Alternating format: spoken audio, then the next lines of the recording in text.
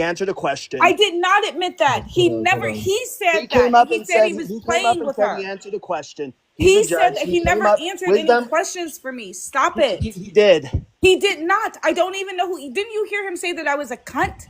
Did you hear him say that? Yeah, and he said he answered a question. He came didn't. Up and did. He can't even tell you what question it was. He was playing with that Rabbi Hannah, trying to get a rise out of her, and she came up here and cried.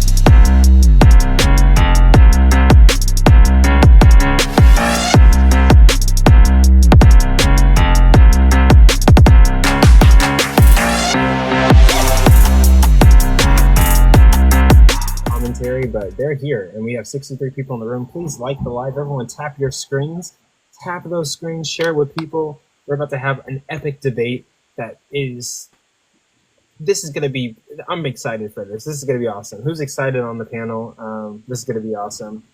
So yeah, I'm excited to vindicate the Lord. That's why I am here.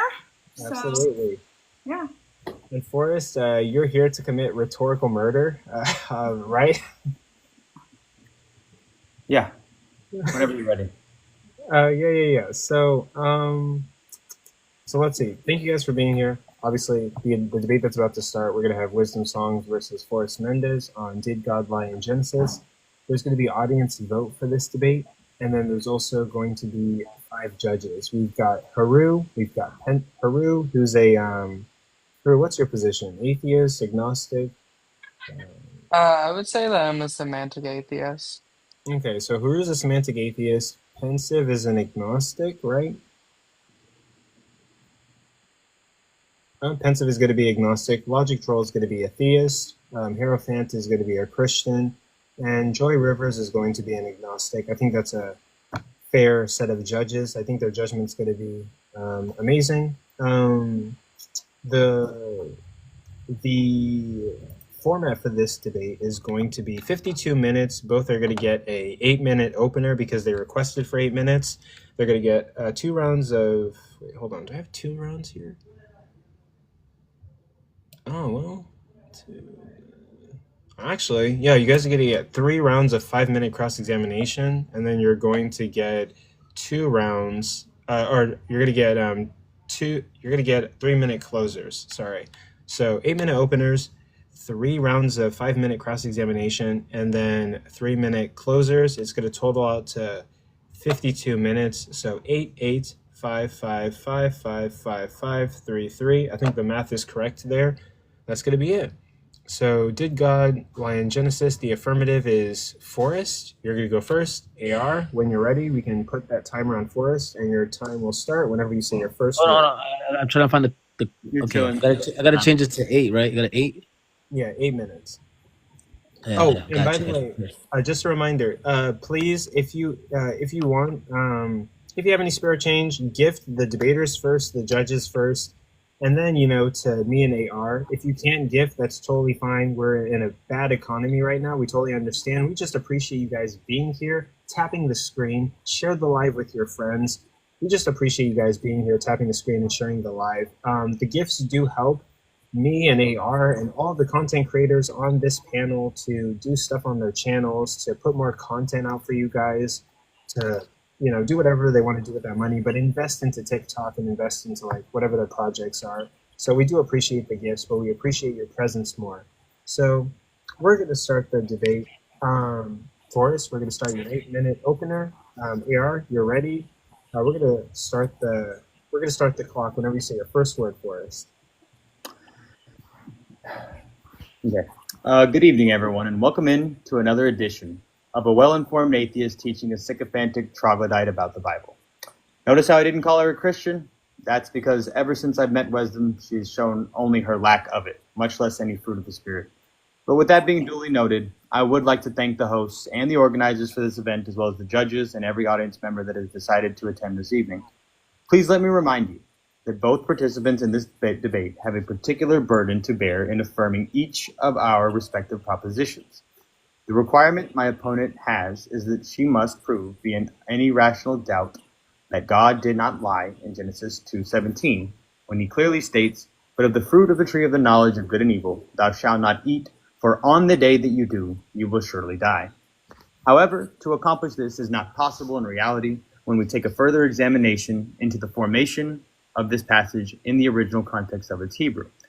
In order for my opponent to rationalize her position and affirm it, she will employ a bevy of lies, she will obfuscate from a genuine understanding of the text, and thereby change the intention of clearly defined words in a poor projection of her complete and utter ignorance of what these texts meant at the time they were written and the intended audience for which they were written. In order to be declared the victor, my task is simply to read the Bible verse in context, therefore demonstrating the distinction between the actual truth and the disgusting lie that the God of the Bible tells to Adam in order to deceive him in particular. Please remember these facts as you listen in to the pathetic apologetics that my opponent will attempt to employ over the next 45 minutes. Remember that as an audience, all you must understand from this Christian apologetic standpoint or position is that words do not mean words. Love means love, yet hate means love less. Sending your own son to earth by impregnating a child who can't consent is completely normal, and killing, stealing, and destroying your own creation is okay when you do it, but completely inadmissible when the adversary you created as an eternal scapegoat, i.e. Satan, does. There's no reasoning with the type of people who continuously lie to themselves and others about the existence of their imaginary sky daddy in a feeble attempt to disenfranchise and chastise others about their system of morality when their own God impregnates children, endorses violent slavery, and commands mass genocide of those who do not choose to be slaves to this oppressive cult of zombie necromancy and sacrificial blood magic. Now, with all these terms being applied,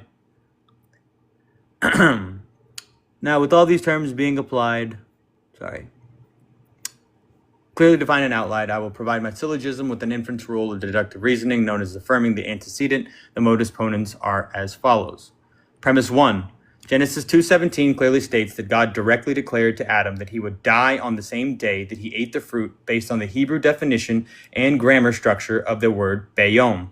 Other examples include passages such as Genesis 20:7, Exodus 21:15 through 17, Leviticus 5:35, Numbers 7 through 10 through 84, and finally 1 Samuel 14:44. Premise 2. In the original Hebrew term, mot tamot, there is context to provide that a physical death will occur within that day. Therefore, in Genesis itself, death is consistently tied to a physical mortality, not a spiritual separation. Premise 3. According to James 2:26, death in the Greek coin, nekros, means the separation of the body and the spirit, i.e. the physical death. For just as the body without the spirit is dead, faith without works is also dead. Premise 4. Adam and Eve did not physically die the day they ate the fruit. In fact, they lived on. Conclusion. Therefore, since a day means literally a day, B, death means to physically die, and C, Adam and Eve did not physically die that day, God's statement in Genesis 2:17 was false, and therefore God lied.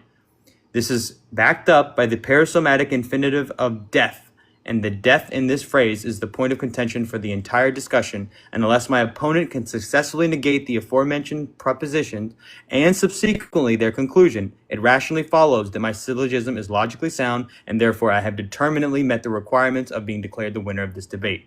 What will now follow will be an exercise in futility by my opponent to try and attack the very words of the scripture she irrationally clings to, yet argues against.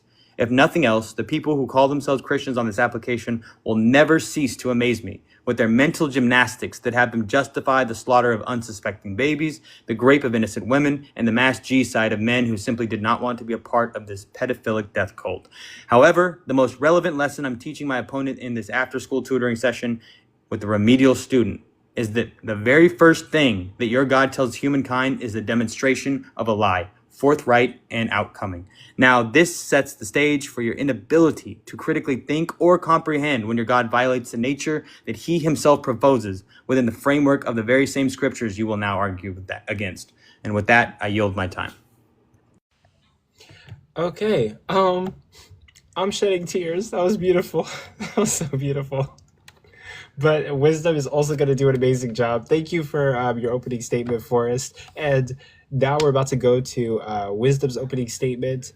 And yeah, you're going to get 8 minutes. And you're ready, right? AR, you got this? I know you are. Yeah, I'm ready. Can you hear me?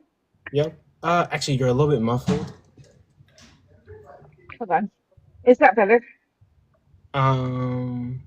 It's a little bit muffled. Let's hold off on the timer. Let's try to do a mic check real quick. I turned off my Bluetooth. Is that better? Yep, that is. Do I restart the timer? I guess I get. Yeah, I already restart it. Yeah. Yep. Whenever you say your first word, wisdom, you're gonna do great. You're awesome. You got this. All right, so. Hey, amen. So good afternoon. Tonight we are gathered to discuss the Torah, the law of God. In particular, we will examine one of the earliest laws given by God to man. This is the law of mortality. The Torah begins with the book of Bereshit, the Hebrew word for Genesis, meaning beginning. From these two terms alone, Torah, law, Bereshit, beginning, we see that God's law was not an afterthought, but was established from the very beginning of creation. The specific law under consideration tonight is found in the book of Genesis, but you must not eat from the tree of the knowledge of good and evil, for in the day that you eat from it, you will certainly die. My opponent Forrest alleges deception against God because Adam did not physically perish within 24 hours. In his zeal, though, he misses the legal framing of the verse entirely. Instead of the adage, can't see the forest for the trees, here Forrest himself is blocking the trees altogether, twisting the very terms of the law. This accusation rests on his misunderstanding of the Hebrew syntax. So my task tonight is very simple, to show that God's words were clear and legally binding. So we're going to call 4 witnesses to the stand: Hebrew grammar, biblical law, ancient interpreters, and the measure of God's day. Together, they will prove beyond doubt God did not lie. We will proceed as follows. Premise 1. The Hebrew idiom bayam does not mark a calendar day, but an appointed occasion. When we read in the day, Forrest assumes it means a rigid 24-hour period, but the Hebrew idiom bayam does not work this way, Forrest. It means when, at the time, or during the occasion. Witnesses for this premise come from authentic scholarly sources, such as Brown, Driver, Briggs, describing bayam as during or at the time. Halot notes bayam as an action within a larger temporal framework. And Walte and O'Connor say bayam is temporal and introduces a time span in which the action occurs. Focus is not on a point of time, Forrest, but on the occasion or the process. The words God uses is precise. When the Lord is pointing to a specific day and time, the word yom without the prefix bay is used. This usage can be seen in Genesis 1:5. God called the day light. You can see here that is a very rigid, specific day and time. However, let's compare that with Genesis 2:4. This time we're going to put that bay with the noun yom. Here you see it says, in the day, bayam, the Lord God made the heavens and the earth. Surely Forrest doesn't think that this means creation happened in one literal day, but in the whole creation period. This same construction appears in Genesis 2:17, and so we cannot shrink it down to 24 hours. Premise 2, the phrase mot tamot denotes a death sentence, not an instant collapse of life. In Hebrew, the construction of the infinitive absolute mot plus the finite verb tamot creates emphatic certainty. You shall surely die. The point is not immediate expiration, but the legal pronouncement of death's inevitability. Adam was placed under the sentence of mortality from this moment. Lexicons confirm this. Jasenius says that the construction expresses the certainty of entering into the state named by the verb. That verb, dying, you shall die. The Torah's own legal language proves this true. 1 Kings 2:37. On the day you cross the Kidron, you shall surely die. The liability attaches at the crossing, but the execution occurs 3 years later. This is the exact same phrasing, mot tamot. So when God says, in the day you eat, you shall surely die, the meaning is consistent with Hebrew law. So when you see this, you know that you are liable to death from that moment. Premise 3, ancient scriptures bear witness. Genesis 2:17 refers to a mortal process. This is not a modern defense. The Aramaic Targum actually says, when you eat from it, you shall be guilty of death.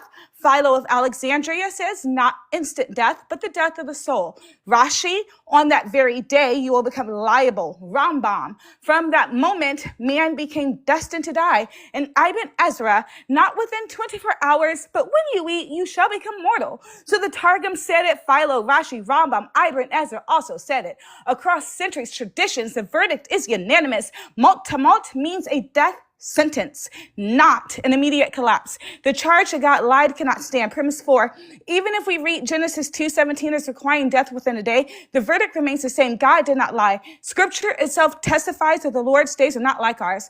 Adam's life is sustained by the tree of life, but the moment he sinned, he was cut off from the source of immortality. Spiritually, he did die at once. Physically, he entered a mortal process that ended in his death 930 years later, and yet this was still within God's one day. As the psalmist declares, for 1,000 years in your sight are like yesterday. Peter confirms that the Lord one day is like 1,000 years. The rabbis agree. Genesis Rabbah 19:8. Adam died within the day of the Holy One. For a day of the Holy One is 1,000 years, and the Rambam says, day means 1,000 years.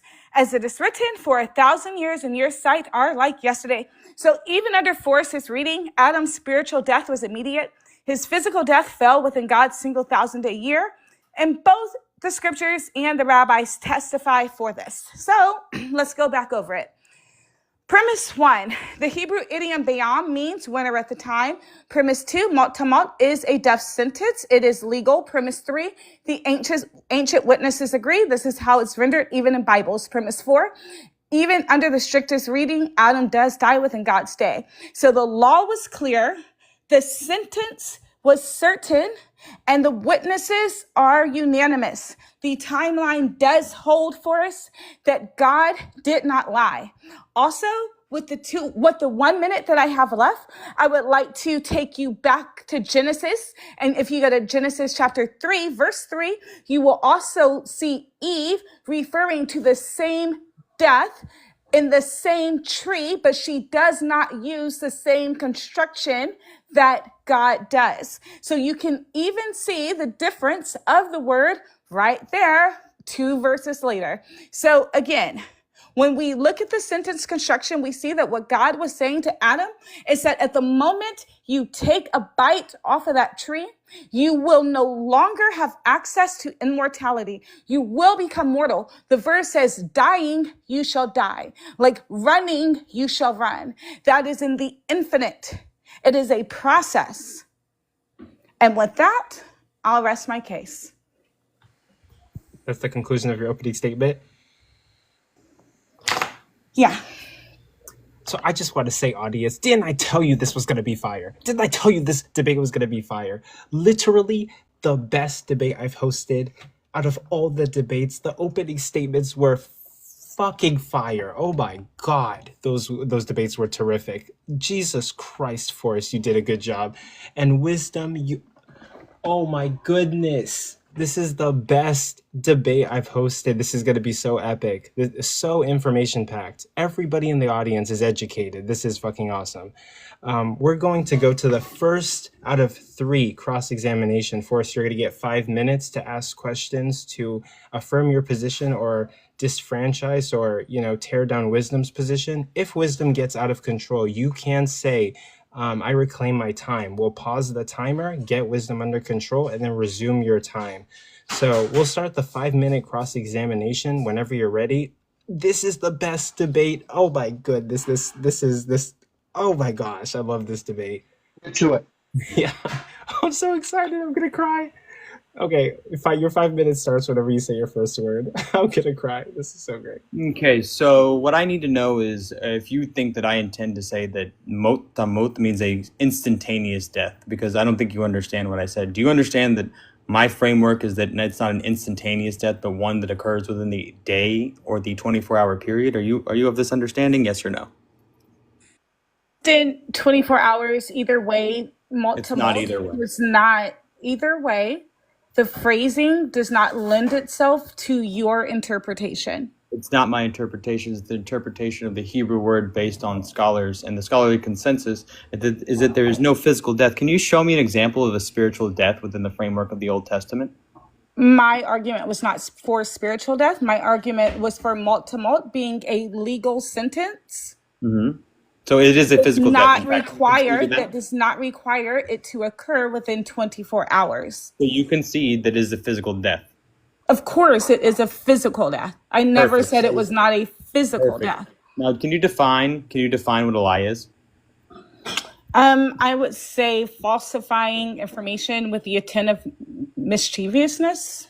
Okay, and how can you prove the intent of God? Can you show me how that operant works? What's the mechanism behind proving the intent of an all-knowing, all-powerful, and all-present being? It is not my intention to prove an intent of God. Okay, I'm so here to prove that he did not that's lie. not a good definition, because if you're talking about intent and you can't prove intent, then it's a poor definition of the word, isn't it? If you would like to suggest a definition for the word lie, I'm not sure what you're going off on, but well, you don't even have a definition of the word lie, so how can you prove if God did or did not lie? You're talking about intentionality for an omnipresent being that holds all three omni-properties. And in your paradigm, does God hold all these properties? So again, my intent is to prove that there was no falsification. Doesn't matter. His intent I reclaim my time. I reclaim my time. I reclaim my time. I reclaim my time. Yep. Does God hold all three omni-properties in your paradigm? Yes or no? Of course, God holds all omni-properties in my paradigm. In your paradigm, can God lie? In my paradigm, God does not lie, no. Can he lie? That's not the question that I asked. He does not lie.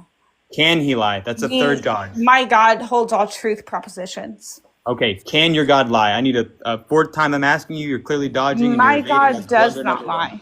Can your God lie?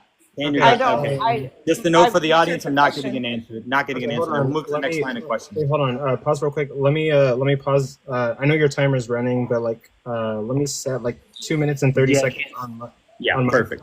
Yeah, I can't put that on the thing. Yeah. Oh no, don't worry. I got it. So I'm gonna start the timer, but it's gonna be at 2 minutes and 30 seconds. Forrest is asking Wisdom a direct question. Can your God lie? We'll just have you answer that question. No. Okay, there we go. Continue. Don't know why that took 30 seconds. It's just more obfuscation and lying, but I understand your tactics because they're poor. However, if God can't lie, then you have just negated. You're saying that God can't lie, right? Correct. Then in your paradigm, it's contradictory on its face. If you believe that God has all three properties of being able to do everything, to know everything, and be everywhere, but you do not believe that God has the possession of the ability or characteristic to lie, your understanding of God's nature is contradictory on the Your premise. low rhetoric. You could have accepted my first answer. This is not rhetoric. This is not rhetoric. I reclaim my time. I reclaim my time. This is pathetic. Everybody I reclaim my time. And Wisdom's own understanding of God is contradictory. She says that he holds all properties, all omni-properties, that he can do anything. Yet, when in the next breath, if I ask her, can God lie? She says no. That is a contradiction in nature, and she can no longer move forward with any of her propositions if the proposition that she is proposing is contradictory in nature. However, here's the issue. The issue is still that they did not die on the day, and that is the verbiage that I'm using, is mot tamot, and if it is a physical death, which you have already conceded to, I never said that it was instantaneous. I said in the day, the 24-hour period. And Bayom, can you give me another example of where Bayom is used, Bay and Yom together, where there is not a physical, immediate death that occurs within 24 hours? Can you give me at least one example? Because I can give you 5 in the Old Testament. Yeah. Bay and Yom together. 1 Kings, where it says, on the day that you cross the Kidron, you will surely die. It is literally the same syntax. Malt to malt paired with Bayom. And he crossed the Kidron, and 3 years later, 3 years later. So would this also provide that your God makes a statement that does not comport with the truth in reality? Are you mad? It is a legal sentence. Did you listen to my opening statement? Yep. Go ahead. It's your turn. Okay, Forrest, would you agree that Brown Driver Briggs is one of the standard Hebrew lexicons used in biblical studies? Actually, pause right there. Okay, so I guess we're going to conclude for you. You did have 19 seconds, Forrest. Sorry. I went back on that. Okay. And then let me see. Actually, here's what we're going to do for Wisdom. You're going to get 5 minutes, but I'm just going to keep the time because we do need to pause it every now and then when you say, I reclaim my time. So I'll just keep it, and, I'll be controlling it on my phone. And I'll let you know what's going on. So hold on. Okay, I can start it whenever you say your first word. Okay, Forrest, would you agree that Brown, Driver, and Briggs is one of the standard Hebrew lexicons? Not necessarily. I'm not sure what this has to. We can move forward though. Even if I did grant this, what would this achieve? Okay, and it actually glosses beyond as during the time and saying it's not strictly 24 hours. Do you agree with that? I don't necessarily agree with that. Can you prove this claim? And do you know who Rashi and Rambam are? Yeah, two of the first rabbis. What about them? And would you say that they are very fluent in Hebrew syntax? Sure, I'll just completely negate your ability to try to. No, hold on. Yes or no? Would you agree that Rashi and Rambam are very fluent in Hebrew syntax? Yeah, they would be. Yes. Okay, good. So when Rashi says that mot is a death sentence and that it does not denote immediate perishing, what does that mean to you? To me, I would have to clarify which definition of the word are you using? Mot. Yeah, which definition, when you're appealing to the legality, which definition are you using? Listen, let me read something to you.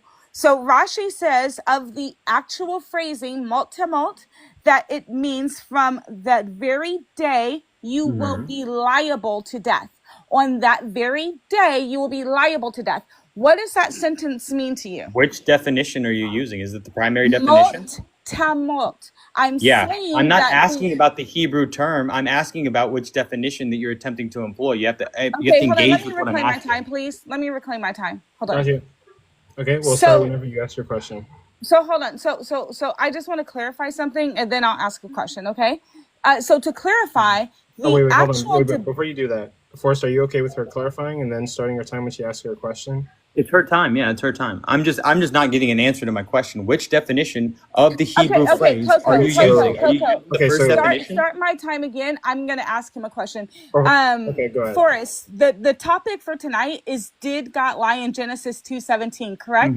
Yeah, very good. And the point of contention for tonight is that on the day was supposed to die, correct? On the day. Yes, on the day. Yep. So when Rashi said, wait, Forrest. Okay.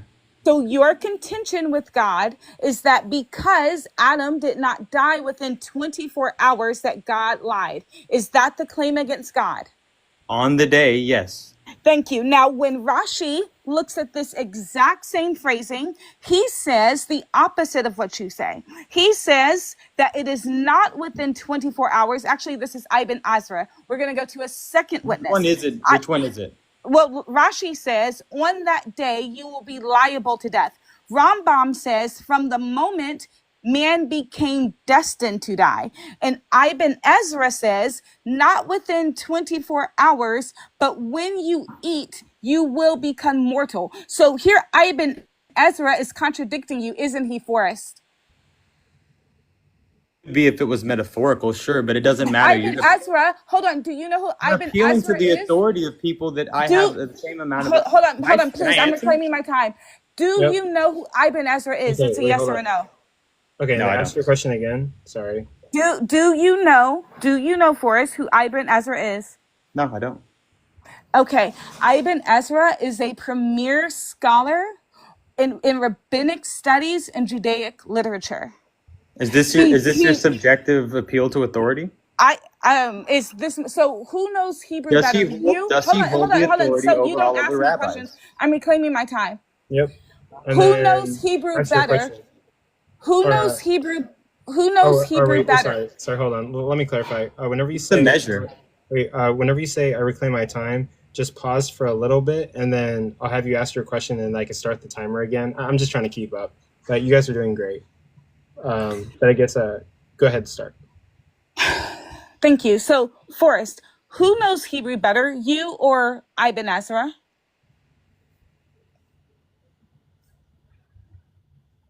Okay, please pause my time. That's an appeal to. No, I didn't ask you that. I didn't ask you if it was appeal. I said, who knows Hebrew better, you or Ibn Ezra? I'm not appealing to my own authority. That's a fallacious question. I reject your question. Your question. Hold on. So you can't answer the question? I'm not going to allow you to appeal to authority.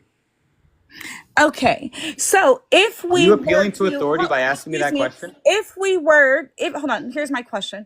if we were to try to get to the bottom of whether God lied, wouldn't we need to know the language that the lie occurred in? We do. Why are you appealing to the syntax? Hold on. No. Yes or no? Yes I've or already told you no? yes. I already answered your question. No. You say yes, we do need to know the language. Yes? Yeah. Do you know Hebrew? Wait, actually, Now, let me who pause the knows time. Wait, hold Hebrew on. better? Guys, Who stop. knows Wait, Hebrew stop real quick. better? Wait, stop Who real quick. knows Hebrew? Let me pause the time and let's get a clear yes or no on that question that you were wanting, Wisdom. Ask him, and then after the yes or no, I'll resume the time. Thank you. If we need to determine if God lied, wouldn't we need to know the original language that the lie occurred in? Yes or yes, no? and that's what I provided. Okay, so who knows Hebrew better? She's over her time. Is she not? Oh, sorry. Between who? Between you and Rashi. Let's just go with that, because you know who Ibn Ezra was. So between a rabbi you and would Rashi. know. A rabbi would know more Hebrew than me. I'm not appealing to my own authority, though. That's why your question is baked in with a fallacious appeal to authority. So Rashi I'm knows not Hebrew the authority better than here. you, You're appealing to. Yeah, I've already said that 4 times. Okay. I don't know if you need me to say it again. I don't know Hebrew as well as a rabbi. However, you need to prove that his interpretations and his syntax are consistent with others, instead of authority and appealing to authority. That's a fallacy that you're attempting to employ, and I won't let you do it. Okay, we'll stop right there. That's the end of the first round of cross-examination. Both of you are doing an amazing job. We're going to go on to the second round of cross-examination. Forrest, you're going to get 5 minutes. Due to the nature of this debate, I'll just be keeping time on my phone. So whenever you guys pause, I can, pause and then keep it going and be accurate on the timing. If you guys can, if you're in the comments, say what? So you don't want me to do the timer then? Yeah, because it's kind of hard to pause it from the TikTok app, so I can just pause it and do it on my phone and keep track. But if you guys can, we got 30.4K likes. Please continue to tap your screens, continue to share. So 146 people in here. Or say what? So I just leave it alone then? Yeah, I can keep the time because. Okay, all right, cool. All right, that's fine. Yeah, they're gonna reclaim their time, and it's hard to pause it on the TikTok app, and I can keep track on my phone and show it on the screen. If you guys can, tap your screens like the live, show the live. There's 149 people in here. Very highly anticipated debate. But Forrest, yeah, you're gonna do second round cross-examination. Your 5 minutes starts whenever you say your first word. Yeah, so my question to you first is, besides the fact that you're appealing to Rabbi Rashi, what evidence do you have to prove that his syntax is proper over the interpretation of any other rabbi? Why are you fallaciously appealing to his authority when I could do the same for any other rabbi or any other person who can understand the Hebrew better than you or I? Right. And that's why I also glossed for you Brown Driver Briggs, which is one of the most respected Hebrew lexicons. I also gave for you the Halot, which is the Hebrew and Aramaic lexicon for the Old Testament. And then we went over multiple different sources. I don't know if you know who Rashi and Ramban is, but yeah, I already that's told you who pretty they were, much. But I'll just reclaim my time. I'll just reclaim my time. Okay, pause, guys. Now, if you've already contradicted the principle, and then Forrest asks your question.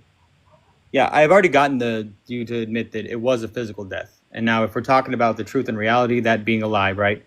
A lie can't comport with truth and reality. That's the basis of this issue, correct? No, the basis of this is your misinterpretation. You reading the text as literal when it is literally legal statute. Can you tell me? And I have shown you. Wait, I'm reclaiming my time. I have to be able to finish. I have to be able to finish answering. It's okay. It's not your time to control. It's mine. Okay, and then Forrest. Can you tell me the hermeneutic principles that you use to determine what is figurative and what is literal? Sure. So when you look at malt, that first noun that comes in is going to be in the infinitive state. So just like the word running is in the infinitive state, then it is paired with the verb tamot, which means that verb is going to be a certainty. So this is why you know that it is in the legal state. Not only do you know that because it's like saying dying, you shall die. So it is a process of death. Not only can we see see it right there in the Hebrew syntax, but then you can also look at how it's used in other parts of the Bible. I showed you the exact same verbiage in First Kings, and then I told you the halot, and also Brown Driver Briggs, two very respected Okay, so I'm reclaiming lexicons, my time. also gloss it this way. What's to say that I Okay, guys, can't pause, just produce pause. another Hold on, rabbis? pause. And Forrest, re-ask your question. Yeah. So what's to say that I can't produce other rabbis like Maimonides, other people that are more contemporary that have a better understanding of the Hebrew? What's to say that if I don't pull out 3 Jewish rabbis with 3 different interpretations that all say the same thing that I say, why is this not just going to be the case that God did lie, that God did not tell them the truth, and that they did not physically unalive that day? Give me an example of Bayom where they did not physically die that day, because I can give you 6 different instances in the Old Testament where they did die that day using that same parasomatic infinitive. And these would be Genesis 20:7. We could read that if you want. Exodus 21:15-7, Leviticus 5:35, Numbers 7:10, and 1 Samuel 14:44, which I'll go to now. So Maimonides is a Jewish rabbi from the 11th century, who was a prominent Jewish rabbi who disagrees with your position. He says that it was a physical unalivement within a 24 to 25 hour period. So if we put rabbi versus rabbi, what's to say that we're not just appealing to authority? Why aren't we going back to the original text that states that it is a physical unalivement, which inherently proves the immediacy by saying molt tamot? It is a physical death that is to occur within that 24-hour period, because whenever you use the word bayom, which is a day, a 24-hour period, and mutamut, it is using the instantaneous version of that word. It is a physical death. It's not spiritual, as you've already alluded to, and they did not die that day. God told them that, and with the intention to deceive. It also shows in Genesis 2, a little bit later, that God even confirms, and Eve confirms, that the serpent is the one who tells the truth. The serpent comes along and says, "You will surely not die in this day. Your eyes will be open, and you will become like God." You're appealing to authority, and you have no hermeneutics of your own. What is the hermeneutic principle that you're using when you attempt to truly choose what is figurative and what is literal? What is your hermeneutic principle? All you're doing is appealing to one person's authority.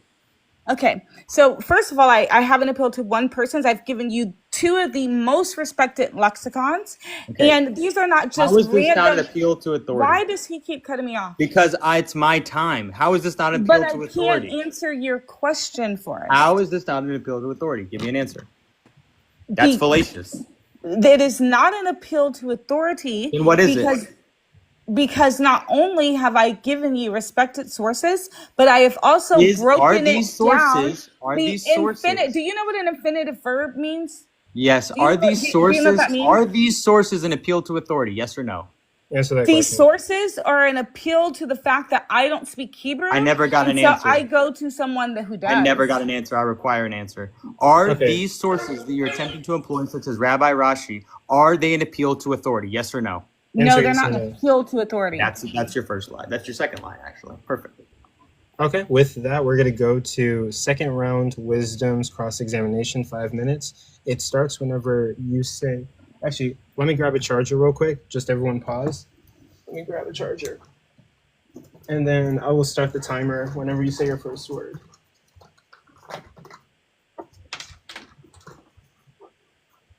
One sec.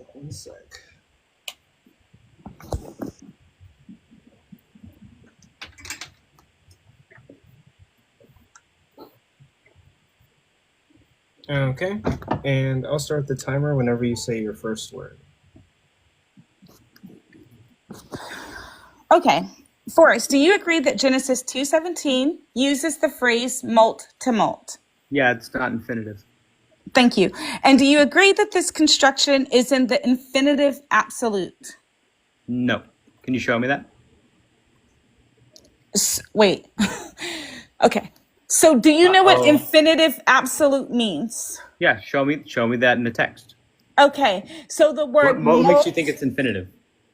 Hold on, you don't get to ask me questions. And actually, I don't have to show you anything. So hold on. So let me just clarify the fact that he doesn't even know that molt to molt is absolutely in the infinitive absolute shows he is not qualified to even have this debate. But I'll give you a quick education.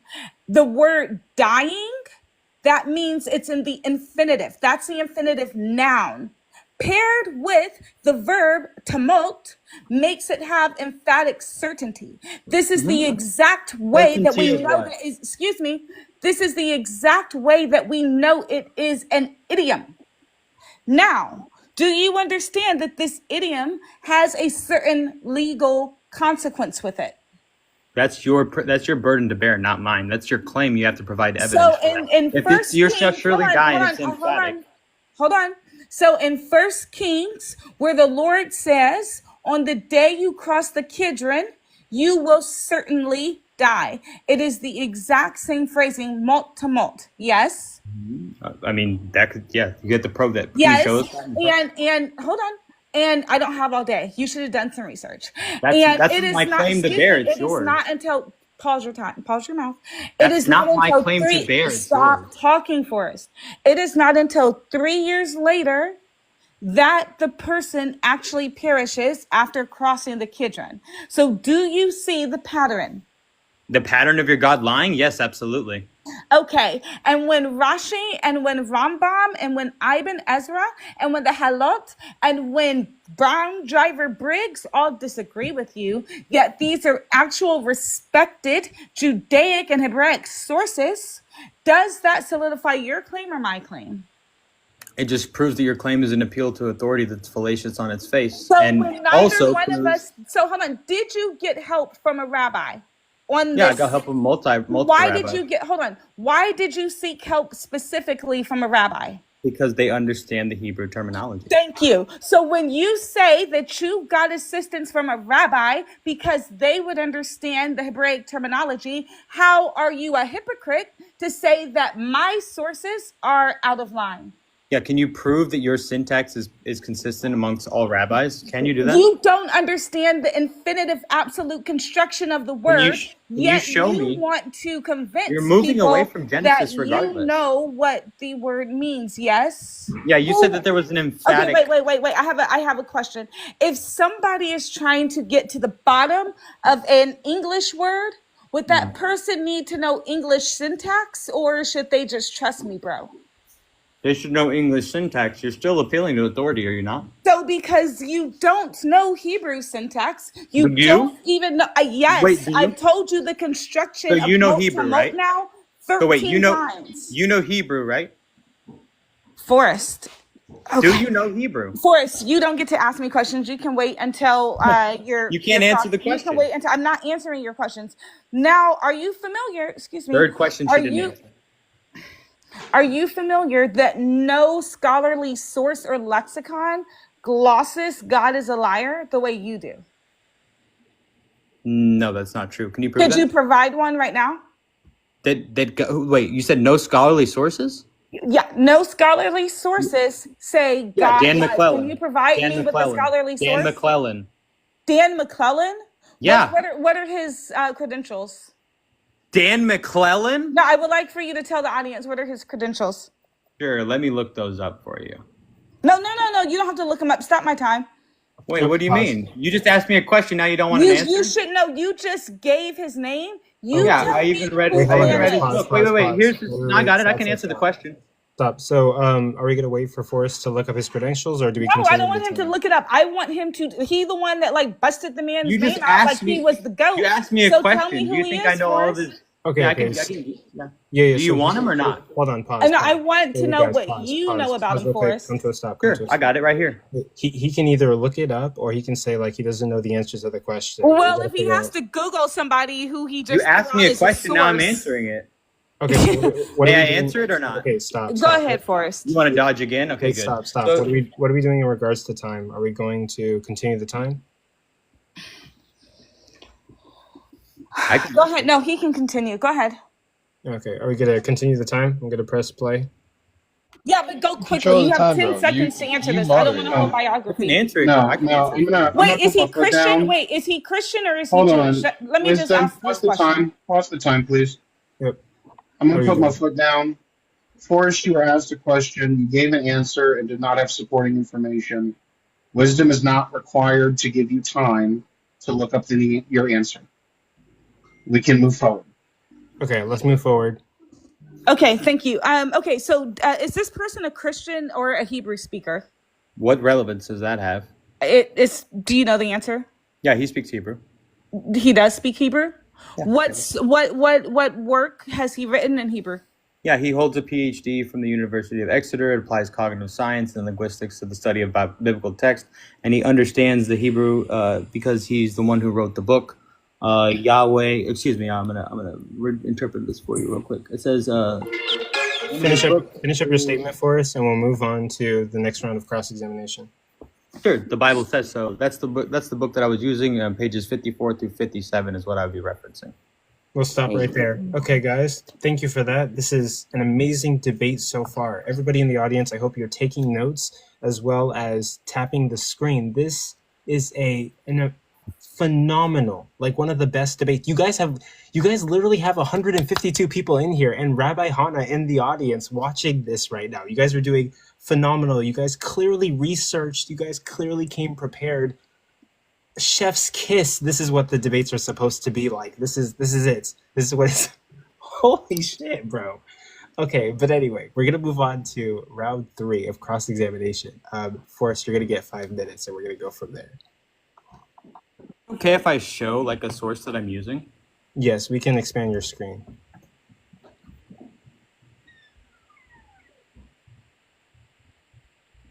Okay, perfect. So I'm going to show a page from one of the books that I'm referencing. This is particularly going to be because God said so, and I'm going to start off with this page in particular. Actually, no, I'll move to the second one. So it says, it says that the purpose of using this kind of argument that wisdom's using is presupposing univocality, and it ignores the passage in 2 Peter and rhetorical flourishes because it shows that the iteration that she's attempting to use is not a physical period of 24 hours, and that is the exact one that is using in Genesis 2:17. So wisdom, what you were asking me about Dan McClellan's, about his scholarship, do you believe that Dan McClellan is not a scholar? Do you believe? I don't follow him, so that's why I was asking you to see where his Hebrew was. Yeah, so his scholarship challenges the traditional interpretations and the claims of inerrancy, inspiration, and univocality, and they argue that these are later impositions on the text, such as the one that you're attempting to employ. It doesn't say anything specifically about Genesis 2:17, so this it actually does in the pages of that book. Can you read it? Can you read what he says about Genesis 2:17?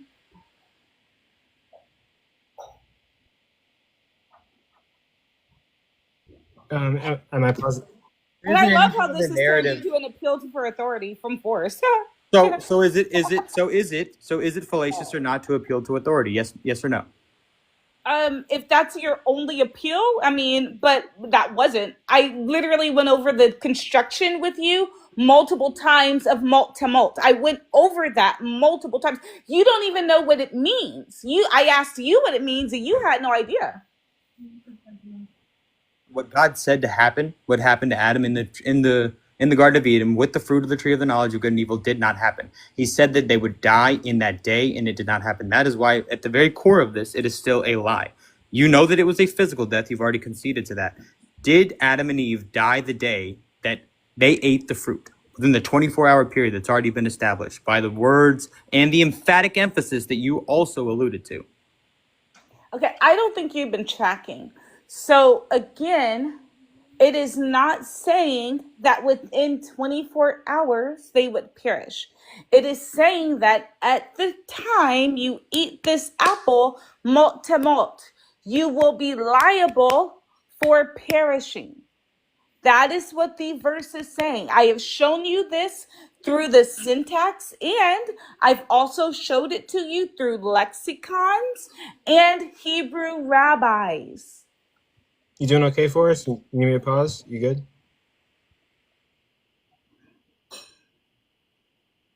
You shouldn't. The parasomatic infinitive is what's used to emphasize death in this verse. That's what Dan McClellan's book, Why God Said So, says on page 55. It is a physical and alignment, and I don't know how many times that I can say this. I can show you on the screen if you'd like. It's just a little bit warped. We can here, let me pause and then get this going. I'm sorry.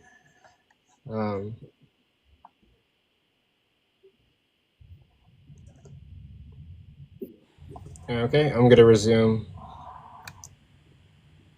Yep, it says, now the Hebrew in Genesis 2:17 uses a construction called the parasomatic infinitive to emphasize the certainty of the verbal aspect that this act would occur. This construction involves the infinitive form that is followed immediately by a finite conjugated form of the same verb, and its contradiction is used more than 50 times with the verbal mut tamut, and in every single occurrence in the Old Testament, the reference is to literal physical death. The notion that Genesis 2:17 refers to spiritual death is not supported by the data.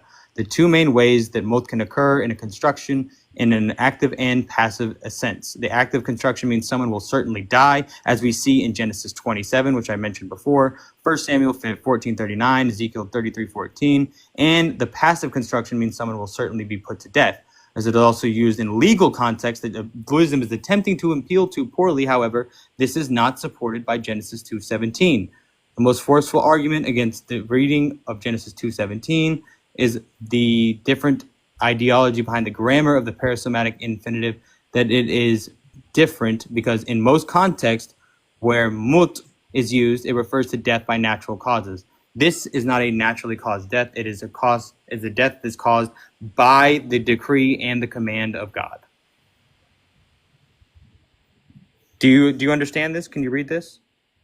Yeah, I read that one rabbi's opinion, or that one. This is not even a rabbi. So now I've showed you a scholar's I opinion. changed to man. I've showed you a rabbi.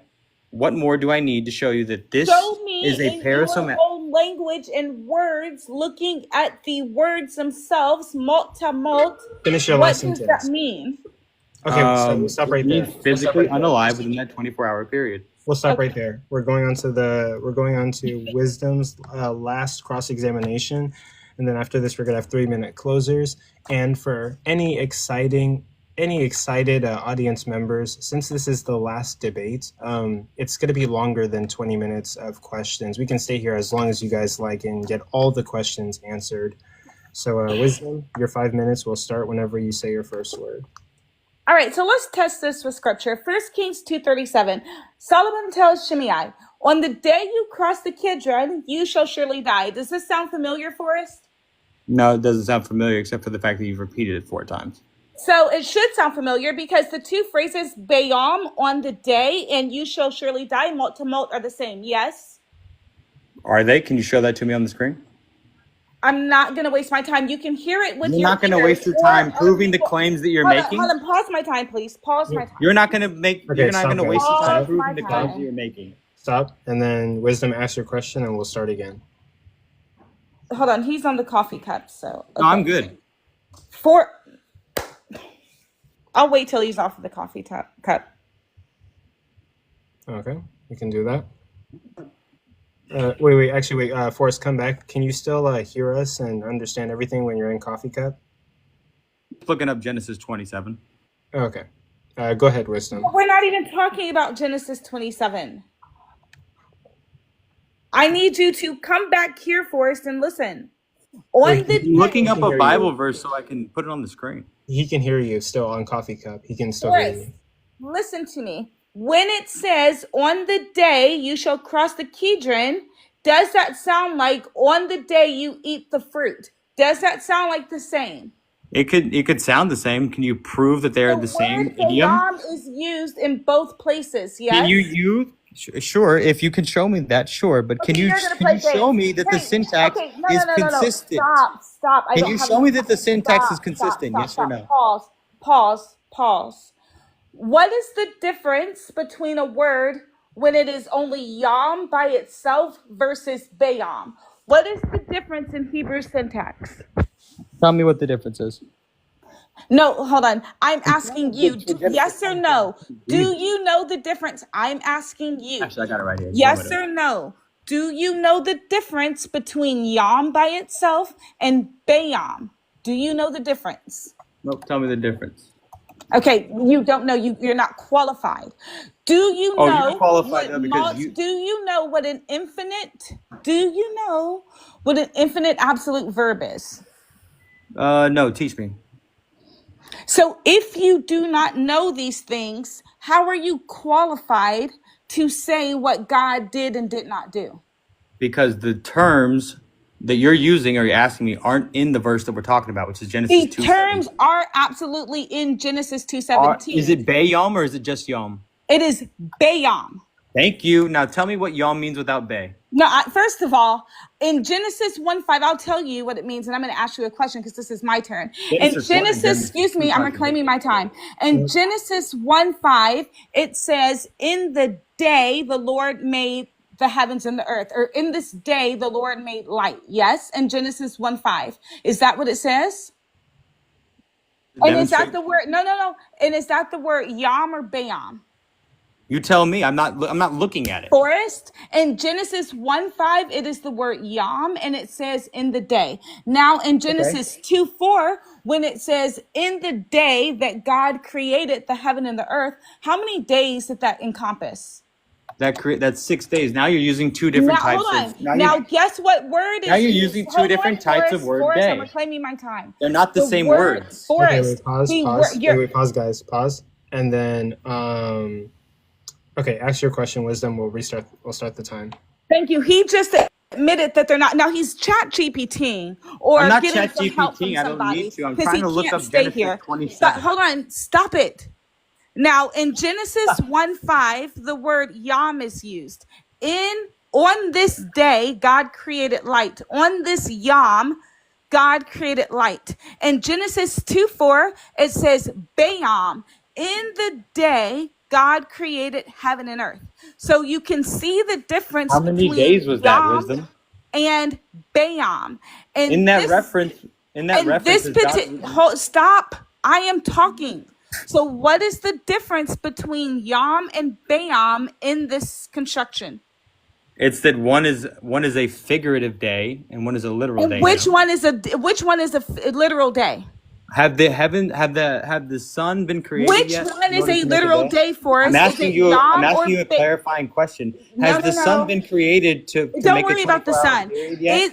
I'm worried about the sun because Forrest, I'm going to reclaim my time. Coco, he's asking me questions that have nothing to do with what I'm talking about. This man is asking me about the sun as I'm talking to him. Okay, stop. So I've paused the time. Wisdom, ask your question. I'll start the time again. Thank you. When the word Yom is used in Genesis 1:5, does it point to a literal day? I don't know. I don't know what Genesis 1:5 says. Genesis 1:5 says, "And God called the light day on day 5 or something. Day 5. That's Yom before 5. the sun was created, correct? Okay. You realize you've lost. Can you answer my questions? Can you answer my questions? You realize you've lost this debate, correct? Can you answer my questions when I ask them? Do you have on black? Do I have what? Do you have on black? No, I haven't white. Because remember how you told me to wear black today for my funeral? Okay, we'll stop right there. Okay. You can't answer. You can't answer a single question. Because your questions are based on fallacious. Right I'm going to start muting and people. interpreting the words without. That's it. We're done. That's it. Okay, we're moving on to final statements. Shit. You good? Oh no, we're good. It's just I thought that I had one more. Sorry. Okay. Yeah, that was 3 rounds of cross-examination for 3 for 3 for both of you. Now we're going to move on to closers. Forrest, you're going to get a 3-minute closer, and then Wisdom, you're going to get a 3-minute closer. Then the judges are going to make their decisions, and I'm going to put up a poll. Judges are going to tell us what they decide, and we're going to get judges' vote for the debate, and we're also going to get audience vote for the debate. So, Forrest, your 3 minutes starts whenever you say your first word.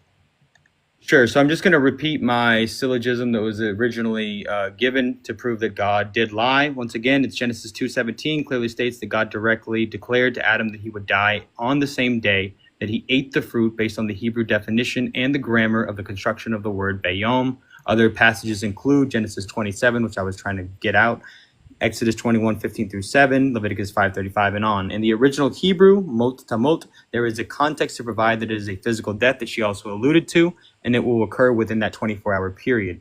The ones that she was alluding to in Genesis 1:5, Those are different types of a different definition of the word day. That's why she tried to allude to yom when it doesn't say bayom like it does in Genesis 2:17.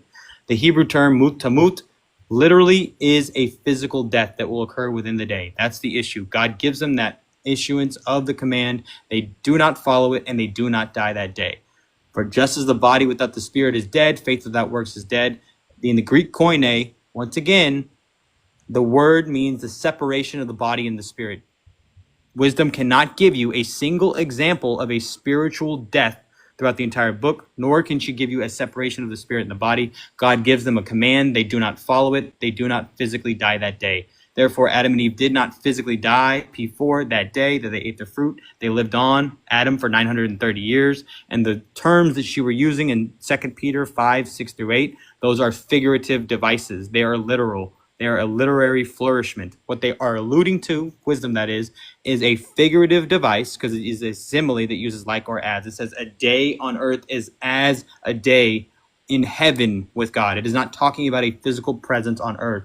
Therefore, once again, the conclusion is, since a day means a literal 24-hour period, death in the terms of mut tamut means an emphatic physical unalivement.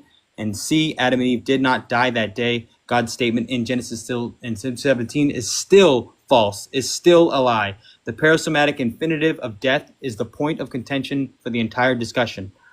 The issue here is that she has not met the threshold of proving that God didn't lie. All she alluded to was a different definition of the word day using one other passage in 1 Kings. You cannot show me any other consistent, logical proof that God did not lie because he gave them an issue of a command. They did not follow it. They did not physically unalive that day. You're concluding there? Sure. 1 second. Yeah, we're good. Okay, we're concluding there. Wisdom, it's your turn. You're going to get 3 minutes to close. And then with that, judges vote, audience vote, the rest to come. Let me start. I'll start. You can start. I'll start your 3 minutes whenever you say your first word. Thanks. So again, just ladies and gentlemen, thanks for being here. All praises to the triune God. I am so happy that we were able to establish that no, God did not lie today. The words of Genesis 2:17 are not deception for us, but they are a legal decree. You never actually dealt with it. I asked you many times what does malt to malt means. It does mean the infinitive absolute plus that verb. It is the standard legal formula in the Torah. I showed you multiple places where this same formula was used. Also, it was used in 1 Kings, where the guy was crossing the Kidron, and he was said, if you cross it on the day, no, he said, on the day that you cross it, malt to malt, the exact same verbiage. And it was 3 years later. There are multiple places in the Torah that show you this.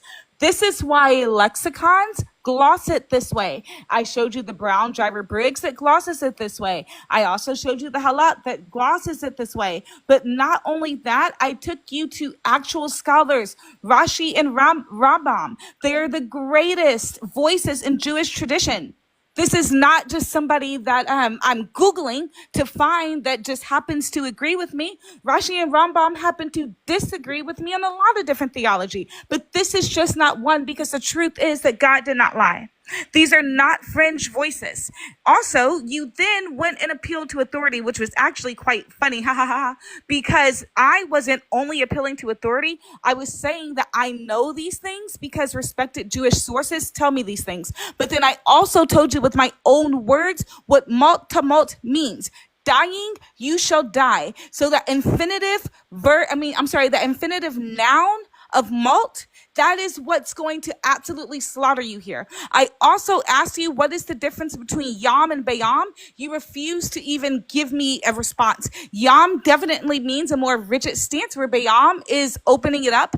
I showed you the lexicons on this also. So premise one, we'll go here again, that bayam is going to mean in the time of. Malt to malt is going to be not an instant collapse, but a death sentence. So at the time that Adam did eat from the tree of the knowledge of good and evil, he was given the sentence of mortality. And every single respected Jewish source, you did not bring up, not one. You tried to bring up some guy at the end, but when we look at the weight of all the lexicons, when we look at the Hebrew syntax itself, it is clear and it is certain that God did not lie. He gave Adam a sentence of perishing, and that sentence of perishing was carried out within the 930 years, which is something, ironically, you didn't even touch on. And then I just want to remind the audience here that when I asked him what these verbs and what this syntax actually means, he had no idea. It was basically a trust me, bro, because I hate God. God lied, but God did not That's the lie. last sentence. Is that your last sentence? You're good? Yes, that's fine. Okay. Yeah, like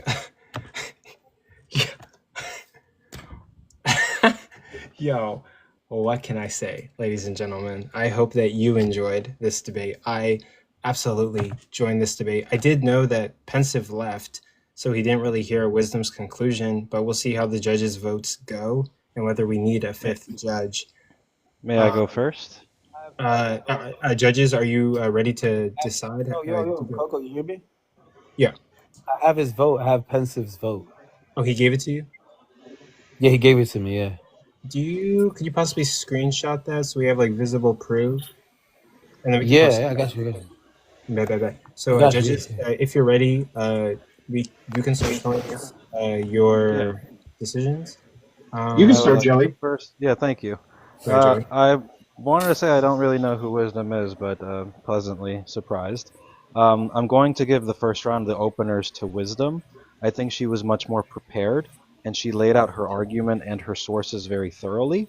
I thought Forrest, started a little bit more with rhetoric, and it got to a point where I didn't hear as much, preparedness, so I'm giving Wisdom the W there. In the first cross-examinations, I'll give the point to Forrest in that he held Wisdom accountable to admitting definitions. Now, again, I was also holding my daughter, but he did get her to concede some definitions, and I didn't think that Wisdom did a good job in laying out her arguments for why she said the rabbis. I think Forrest did a good job showing that she was appealing to authority. I think all of that went out the window, though, because in the next cross-examinations, Wisdom demonstrated it's not just an appeal to authority, it's that she laid out their arguments and why she thinks so. And I think she did a very good job demonstrating that Forrest's arguments, including in calling down McClellan, is still in the minority of scholarship, and she still holds the overwhelming consensus. Even Bart Ehrman holds the view that Wisdom holds, so I have to give her points for that, and for that reason, I'm giving the W to Wisdom. Okay, thank you for your candor, Joey. Any judges that are there any judges that are ready to give their vote? Yeah. Okay, go ahead, Hierophant. What's going on, Forrest? I've seen better performances, homie. I'm not saying that you did bad, but this was not your best. I've seen you easily win these arguments before. Sure.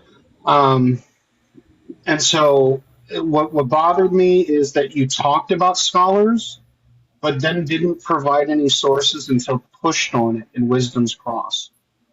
And that was kind of the other thing, and this is a Jewish thing, Maimonides is Rambam. And so Wisdom was using Maimonides and reading from the Rambam when providing sourcing.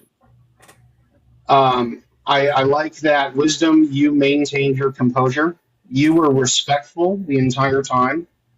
You did really good at not just controlling your own time, but also controlling parts of Forrest's. That's one of the things that kind of bothered me too, Forrest, is like in the cross, and especially in your second cross, you let her go for like almost 2 full minutes.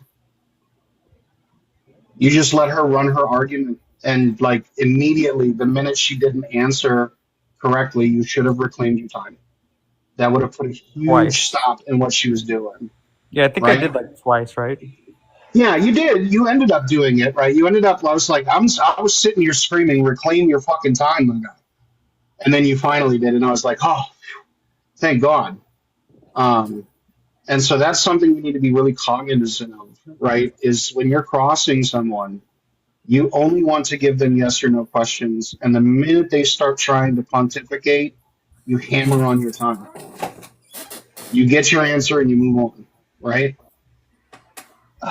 And then I don't even think Wisdom got to her actual cross 3. She just reinforced her second cross where she pushed the syntax and supporting arguments for supporting like sourcing for her arguments. They weren't appeals to authority, folks. She appropriately used her sources. And then finally, she admitted that the death was a physical one. She only made reference to a spiritual death as a possible interpretation. But in her opening statement, she already affirmed that Mot was physical death. So I'm gonna have to give the thing to Wisdom. Wisdom, you surprised the shit out of me. Like, you shine tonight, girl.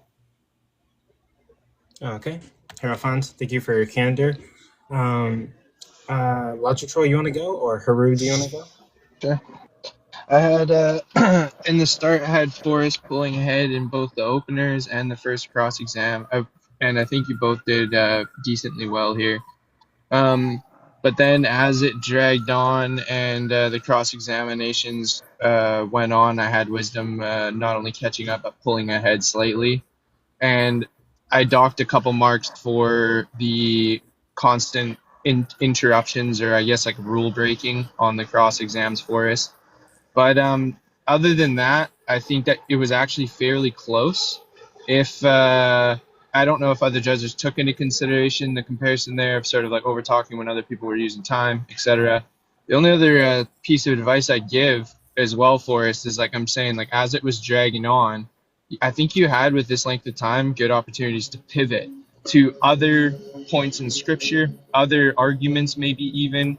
And I think that the more it dragged on, the more she was able to just sort of meet you where you were at and defend, I guess, the position while and then it just kind of like was gridlock with both of you pulling out fairly evenly. But those marks on, interrupting and the time things it honestly affects big when it's so close like that. So great job, guys. Thank you for letting me judge, and much love. I give it to Wisdom.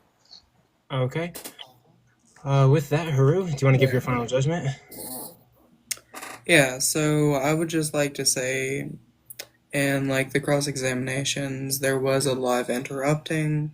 A lot of individuals were reclaiming their time. I would say during like the opening statement and during the first cross-examination, Wisdom did multiple times, like say it was a physical death in multiple like occasions. I don't know why we kept pushing on that. There were, in the second cross-examination, there was like a lot of hostility. There was like a lot of interruptions and shifting somewhat of the balances, like in this debate through. And then the third cross-examination really did put the nail in the coffin. Because what I have is Forrest overspoke 6, 7, 8, 9 times. And Wisdom only overspoke 3 times. Wisdom reclaimed her time a lot. She did what was in the rules, and I would say that in the first half, Forrest, I thought you were going to win because of your rhetoric. But in the last half, I have to give it to Wisdom. Wisdom has my vote. If y'all want my notes, I can send them to you. Just message me. Okay. Ladies and gentlemen, so calculating. Don't hate us, bro. Ladies and gentlemen, calculating all of the votes. Usually, on these day of debate events, atheists be voting, and the atheists be winning most of them. Jeff for Truth lost one of the day of debates events, but Wisdom has literally swept because Pensive in the DMs also said that Wisdom won. Wisdom has won 5 out of 5 judges' votes when it comes to this amazing event between two competitors doing their research and rhetoric and all. Heart racing. Yes, Wisdom is declared official winner of this debate tonight. 5 sweeping judges. Amazing work. Congratulations, Wisdom. You've won. 5 judges. Sweeping. Jesus to God. Oh my God. I'm so happy because, I'm not God. I just want to say this. Thank you to the judges for your unbiased judging. And I just also want to say thank you to the Lord because God did not lie. And I know that atheists don't like this, but this debate was very important to me because people do think that God lied. He did not lie. So when you look at the Hebrew grammar, it shows you that he did not lie. So that's what was most important to me. So all praises to the Lord. But also, I do want to say this literally best debate I've ever hosted, hands down. This was such an amazing debate. Forrest, you did an amazing Forrest, you did an amazing job. Well studied. I still appreciate Wisdom for being here too. Yeah, absolutely, guys. Like without it. So. Even though insults were thrown, I think at the end of this, we can shake hands. This was an opportunity for people to learn. We can somehow find a way to be cordial, have a newer sense of respect for each other, and move forward, respecting each other's work, hard work, ethic, and like research and devotion into this specific event. Both of you guys did phenomenal.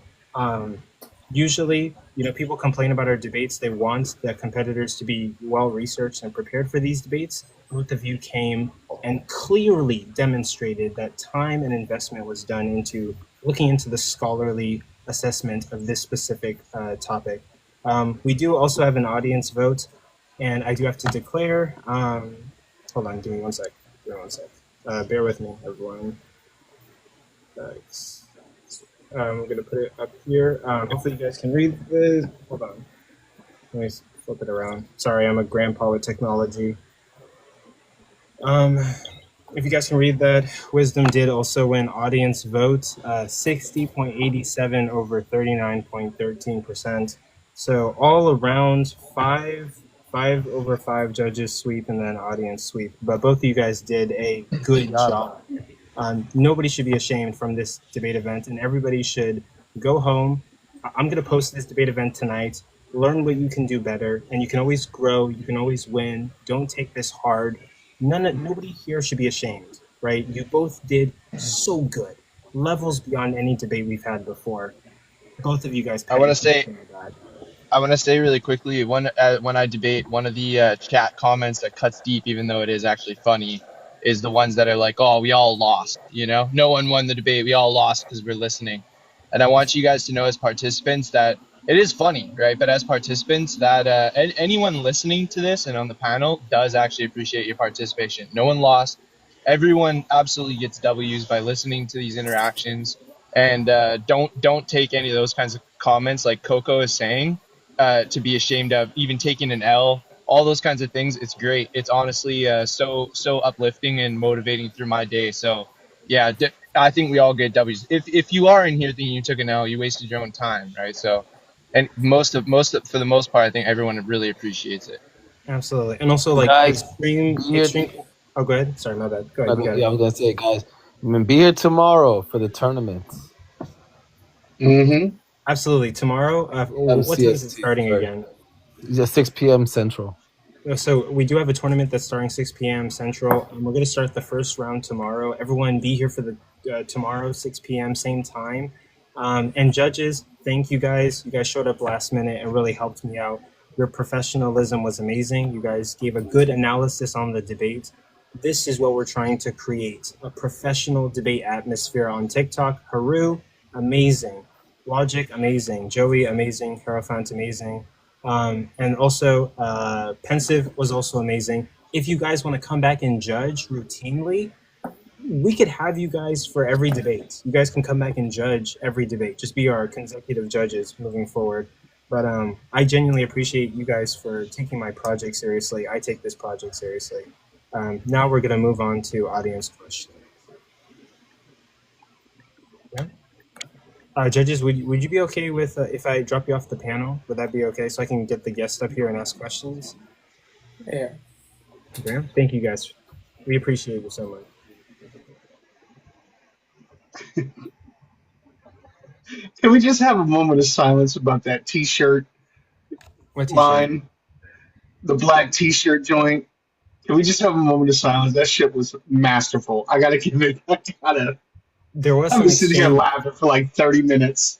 There were some was exchanges in corny the as fuck. DMs. There were some exchanges in the DMs. That was pretty cool. But okay. With that, yeah, let's start getting some audience. We got 6 people in the queue. Hierophant, you want to stay up, or are you okay if I drop you? Come on, homie. Okay, I'll drop you for now. I'll bring you up later. All right. Bought by Blood, you technically were the first person up here, so like, you got any comments, questions, concerns for us? No, I just came up. I'm good. Okay, cool. If you want to drop me, you can. Yeah, I'll bring you up. But yeah, thank you guys so much for being here. No Degree, you're first on the list. Give us your comments, questions, critiques, or concerns, and then we'll have Rabbi Hannah go, and then.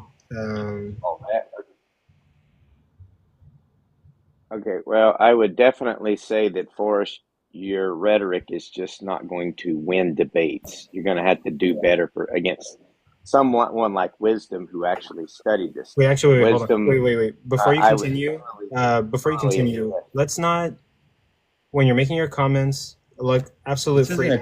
Let's not make this a time to like personal beefs and like slam people. But you know, you have freedom to say whatever you want to do. But let's take the personal beef. Questions, comments. How did you get out of your hut? Which surprised me. Hey, you got bad bars. Which surprised me. But okay. But Wisdom, congratulations. You did a phenomenal job. Congratulations on a big win. All praises and that's all I have to say. All praises to our God. Amazing, Matt. Thank you. Rabbi Hannah, you are next. Questions, comments, concerns, or critiques? Yes. First of all, I am the person that Forrest listened to, and unfortunately, in listening to the way Forrest delivered it, it was not the way I prepped him. So we'll have to work on that, which is also why I did not vote. I did not vote because it would be unfair for me to vote when I'm the one who prepped Forrest, and I'm about to out my brother because it is my brother who prepped Wisdom. No, nobody prepped me. I'm talking to him right now, ma'am. Nobody prepped me. So if you're actually literally lying. I'm not. I'm going by what my brother said right now. I have it Who on my is your screen. brother that prepped me? The Hierophant. The Hierophant is my brother. Prep me. He's my baby brother. You're literally lying.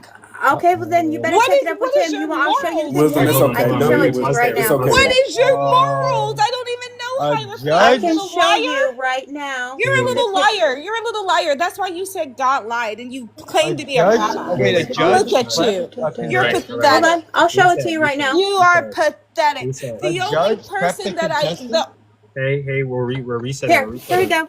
Here we go. I'll show it to you right now. Let me. A judge prepped the contestant. That's fucking crazy. Let's get clarification. Hold on. A liar. Host. Whoa, this is big. I will drop everybody from the panel. Stop. She's lying, Coco. I'm saying stop. Yeah, I know. We will investigate this, but if It is right there. Investigate what? My brother's saying it? We gotta look further into this, but if he helped... Yeah, hold on. I want to see what she has up there because she's literally lying. So I would love to see what that is. Yeah. But we do... So please turn it... Here, let me screenshot that so I can try to blow that up. Let us read it, Coco, please. Wait, hold on, guys. Wait. Order up here. The reason that we removed Missy from judging this debate is because Missy helped Forrest. Pause. So... Pause. I was in a live and I answered some questions. I didn't coach anybody. I didn't spend fucking time talking to Wisdom. You just told me right now you did. No, he didn't. I literally told you I just answered some fucking questions. You said right here to me and to Petty. Technically, it isn't two non-Jews. This is a brother and sister with intermediaries. Forrest. Which is why I didn't vote. No, I don't even know Hierophant like that. You're literally I don't even Rabbi know Wisdom Hierophant. like that. I just happen to be in the line. Hold on. First of all, I'm not lying. If I was given bad information, that does not automatically make me a liar. So I maybe was you going should on try what to my get brother. that Hey, information hold before on. you I'm claim still to be talking. bearing false I'm witness. still Wait, hold on, talking. guys. Stop. I'm still Rabbi's gonna talking. finish. Rabbi's gonna finish. Go ahead, Rabbi. I'm still talking. I was going by what my brother said to me, specifically what I just put up. If he is saying that that is not how he meant it, then absolutely I apologize. I had bad information, and I absolutely apologize, 100%.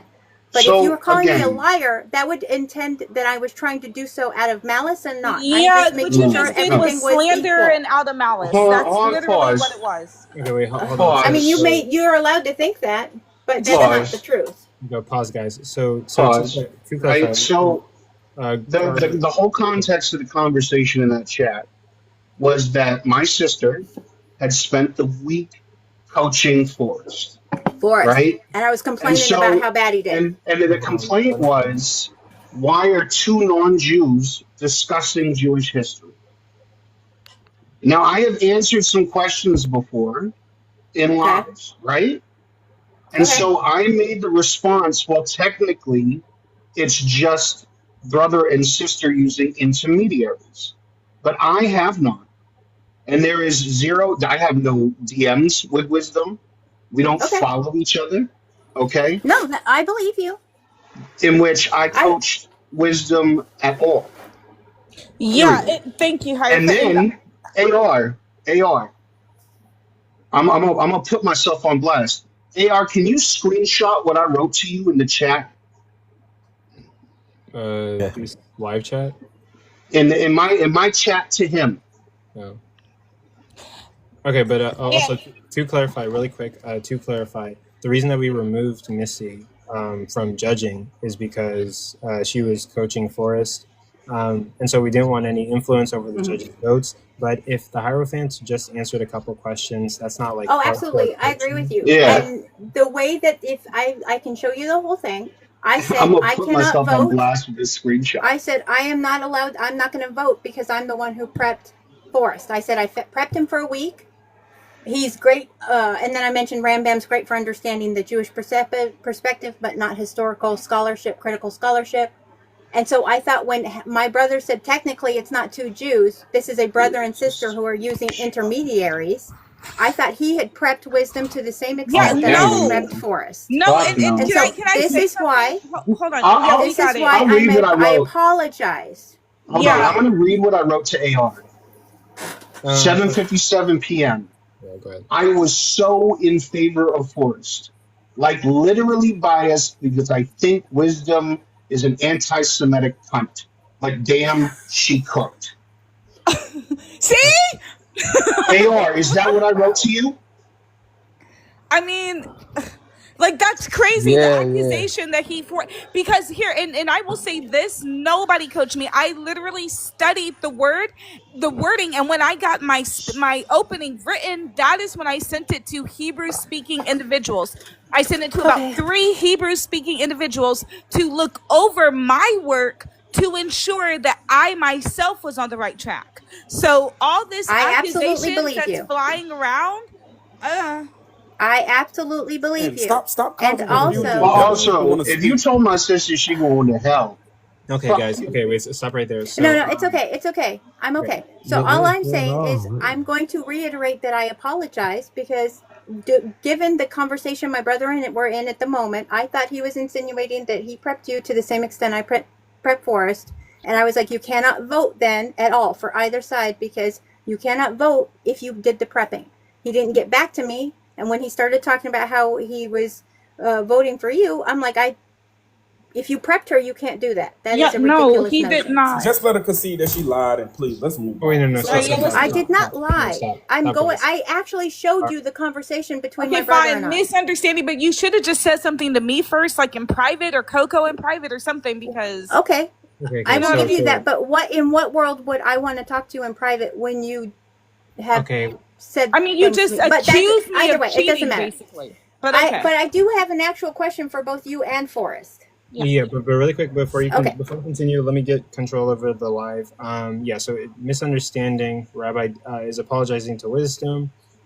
We can move forward, right? We're good. Yeah. Okay. So Rabbi. So my question is, I noticed that wisdom you used, you were talking about in first, I need clarification. Was the idea that the lying was only limited to 2:17, or was this, does God lie at all, or was it just in Genesis? This was literally the verse Genesis 2:17. Okay, so just according to 2:17. Okay, thank you for explaining that. So I noticed you were talking about the infinitive absolute when you were discussing the mot to mot. My question is, when you did that, but you didn't also add in the finite verb that comes for emphasis, making it a paronomastic infinitive absolute, what was that? Because that changes the entire understanding from something that is something that will come to be to actually meaning yes, die, yes, as in the now. It is passive versus active, and this is not a passive once it becomes the paronomastic infinitive absolute. It would be passive if it stayed as the infinitive absolute, but because it ends a finite verb for emphasis, it becomes the paronomastic infinitive absolute. Yeah, so I'm no, wondering absolutely. why you didn't lean into that. I heard rather you. Can I than respond? Can I respond? Just then what? Both of you. I'm asking both of you. Yeah. If I can respond. Wait, hold on. We'll let Rabbi finish, and then you'll answer, and then we'll move on to the next guest. The reason I'm asking is because that is what drastically changes the mut to mut from the passive into the active, meaning when this happens, this follows immediately. That is the Hebrew way that grammar and that syntax is read grammatically. Okay, are you ready for me to answer now? Thanks. Okay, so I absolutely did mention it multiple times. I said that when the infinitive noun is paired with the verb, it is dying, you shall die. That the infinitive, however, paired with that emphatic verb, or that emphatic verb that comes next, is absolutely the pairing that you need to know that it is a death sentence. If the word mult, that infinitive, had not been with it, then you would have had a stronger case. And this is why not only did I use my understanding of the syntax, but I also went to lexicons. 3 different lexicons and 3 different high-rated Jewish scholars that all agreed with my understanding of the syntax. And I only got that understanding from Hebrew speakers. I did not get it for myself or just from Googling it real quick. I'm a Hebrew speaker. Right, and there are Hebrew speakers who I could, there's one in the chat, I could tell them to come up, and then they would also talk to you about it. And again, right, so we don't go Hebrew speaker to Hebrew speaker on this panel. This is why in my speech, I brought up multiple different sources that all say what I say. Okay, I'm asking both of you. Go ahead, Forrest, because I know I prepped you. Okay, Forrest is going to answer. Question, sorry. We do have other guests that we need to get to, and be fair to everybody. Yeah, sorry. What's the question? That was a long response. And The question is, I noticed that when wisdom brought up the idea of the infinitive absolute and talking about the finite verb for emphasis, you only mentioned once that it changes it into the paronomastic infinitive absolute. Right, the one in we see the same type of thing in, of course, Exodus 21:26 and Deuteronomy 15:10, changing it to immediate. Right. Yeah, and that turns it into the immediate. So is there a reason why you didn't use that as your response? I was attempting to bring it up, but then every time that I tried to come out of the screen to bring it up or to try to go to search it, they were saying you're using ChatGPT. I was trying to bring up those verses, but I should have just brought it up in the 3rd round. No, he was using me, not ChatGPT. Although I was not texting him during the time. Known. Anyway, these are things that I did not text him during the actual debate. Well, yeah, but you're coaching him during the debate. This is not no, like a 2-on-1 debate. I'm trying to explain that. I did not coach him at all during the debate. The last time I spoke to him about anything was this afternoon at about 1 p.m. my time. Okay, so and regardless, if you spoke with the judge beforehand about any of these issues, that's still you literally just said you were doing it while people thought you were on ChatGPT. You were texting your rabbi. I'm literally not doing any of that. What I said. No, he wasn't. Misrepresented my words entirely. Here, I'm going to tell you what happened. Forrest never messaged me once during the debate. The last time he and I spoke was 1 p.m. today. Okay, well, Coco, can you please, when you post this, can you please post this part too, please? Okay. Every time, listen, I'm going to make it clear. Every time that I tried to go leave, I got accused of using ChatGPT by you and the crowd, and then I tried to go get Genesis 27, as I stated during the debate. You can go back and check. I was trying to bring up that verse for you to show that there is another instance of instant death within the 24-hour period. Every time that I left the screen to try to go bring this up, you told me to come back, so I did. So it wasn't about me trying to go look for some other help. It was to get the text to bring it up so I could read it, but you kept telling me to come back.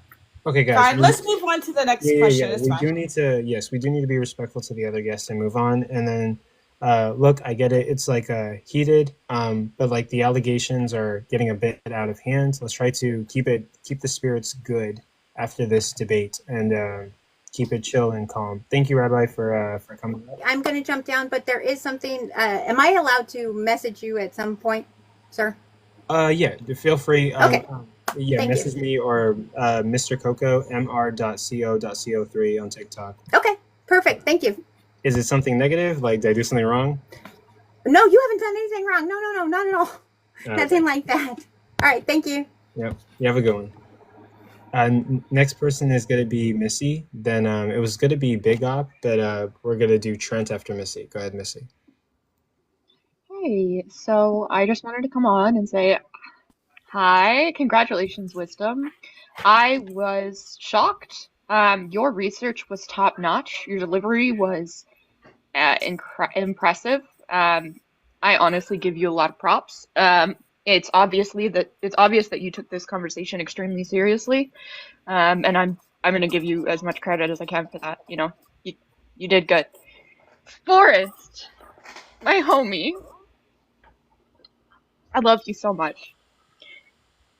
You can't ask questions if you're the one being cross-examined unless they're clarifying questions, and that was my big thing, right? Is to next time, just for the future, maybe like stick to that. I think that might have helped your rhetoric, just Sure. in general. Not good. But you know, I love you, homie.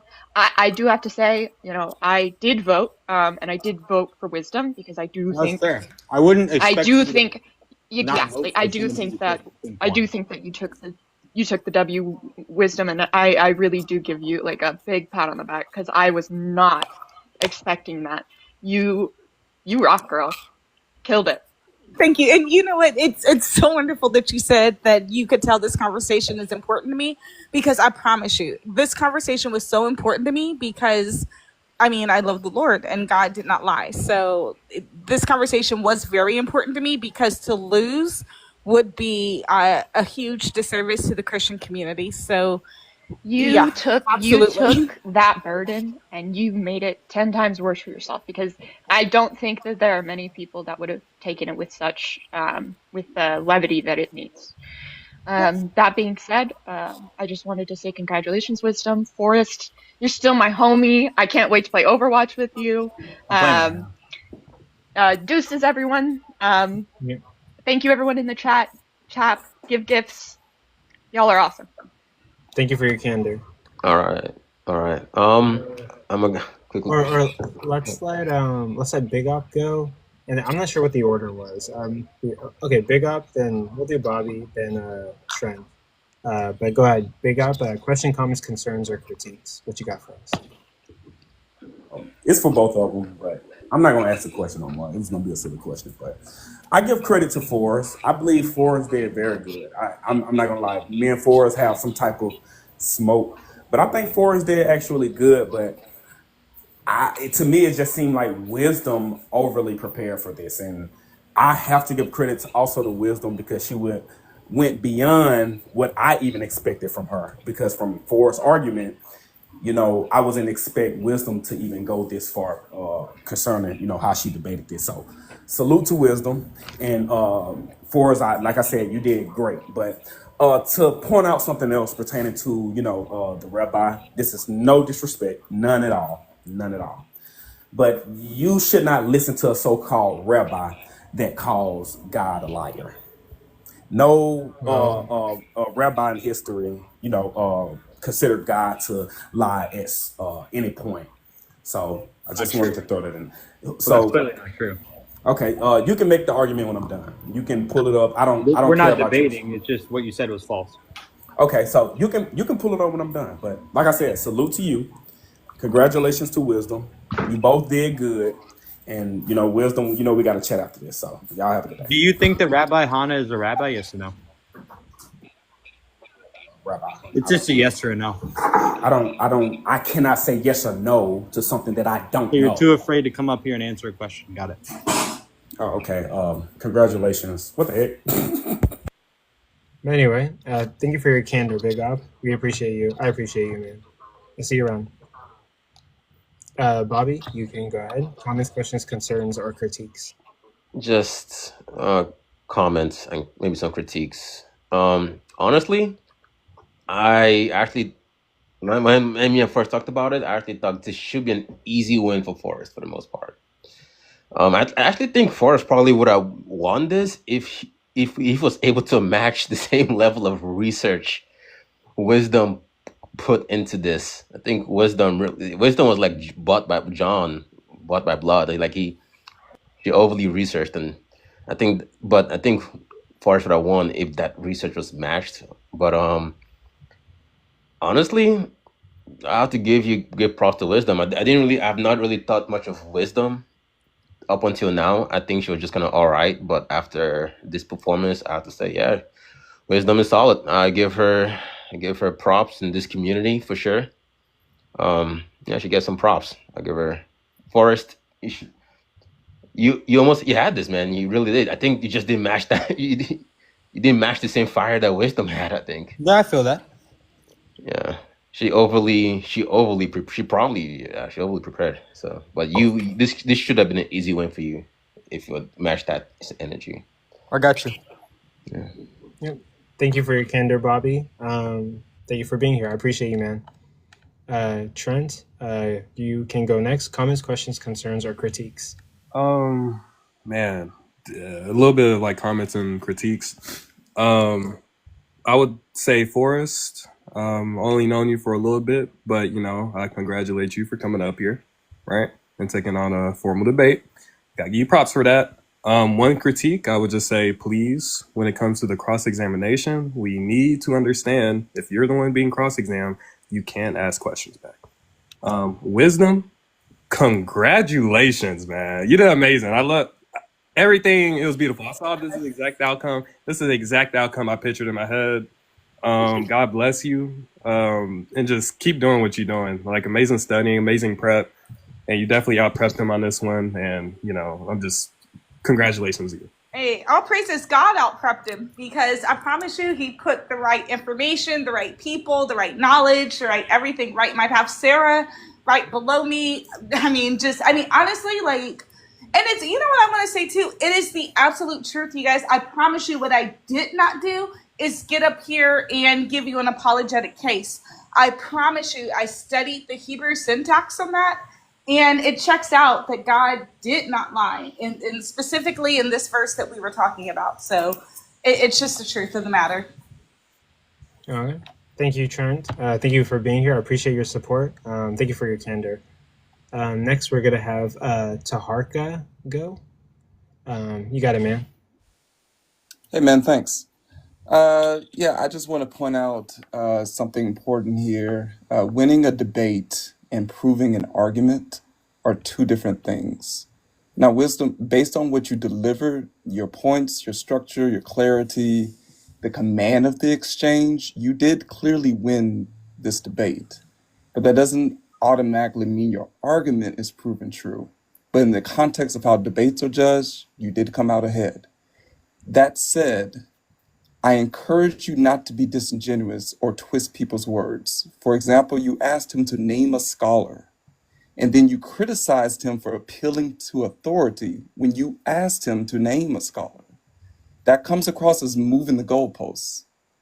Likewise, when Rabbi Hannah shared something that was sent to her, the proper response in that situation would have been to clarify if it was misrepresented what she said, not to just call her a She came up and straight up accused me of cheating. Hold on, we do not got to just call her a liar.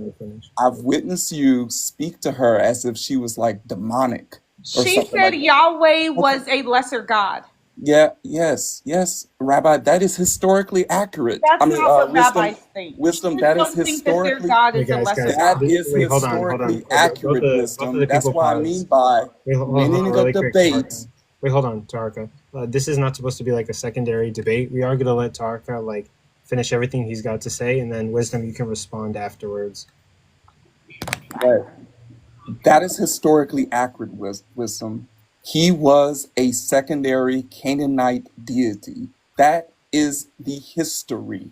Whether your religion or your theology disagrees with that, it does not disprove the history. That is the history.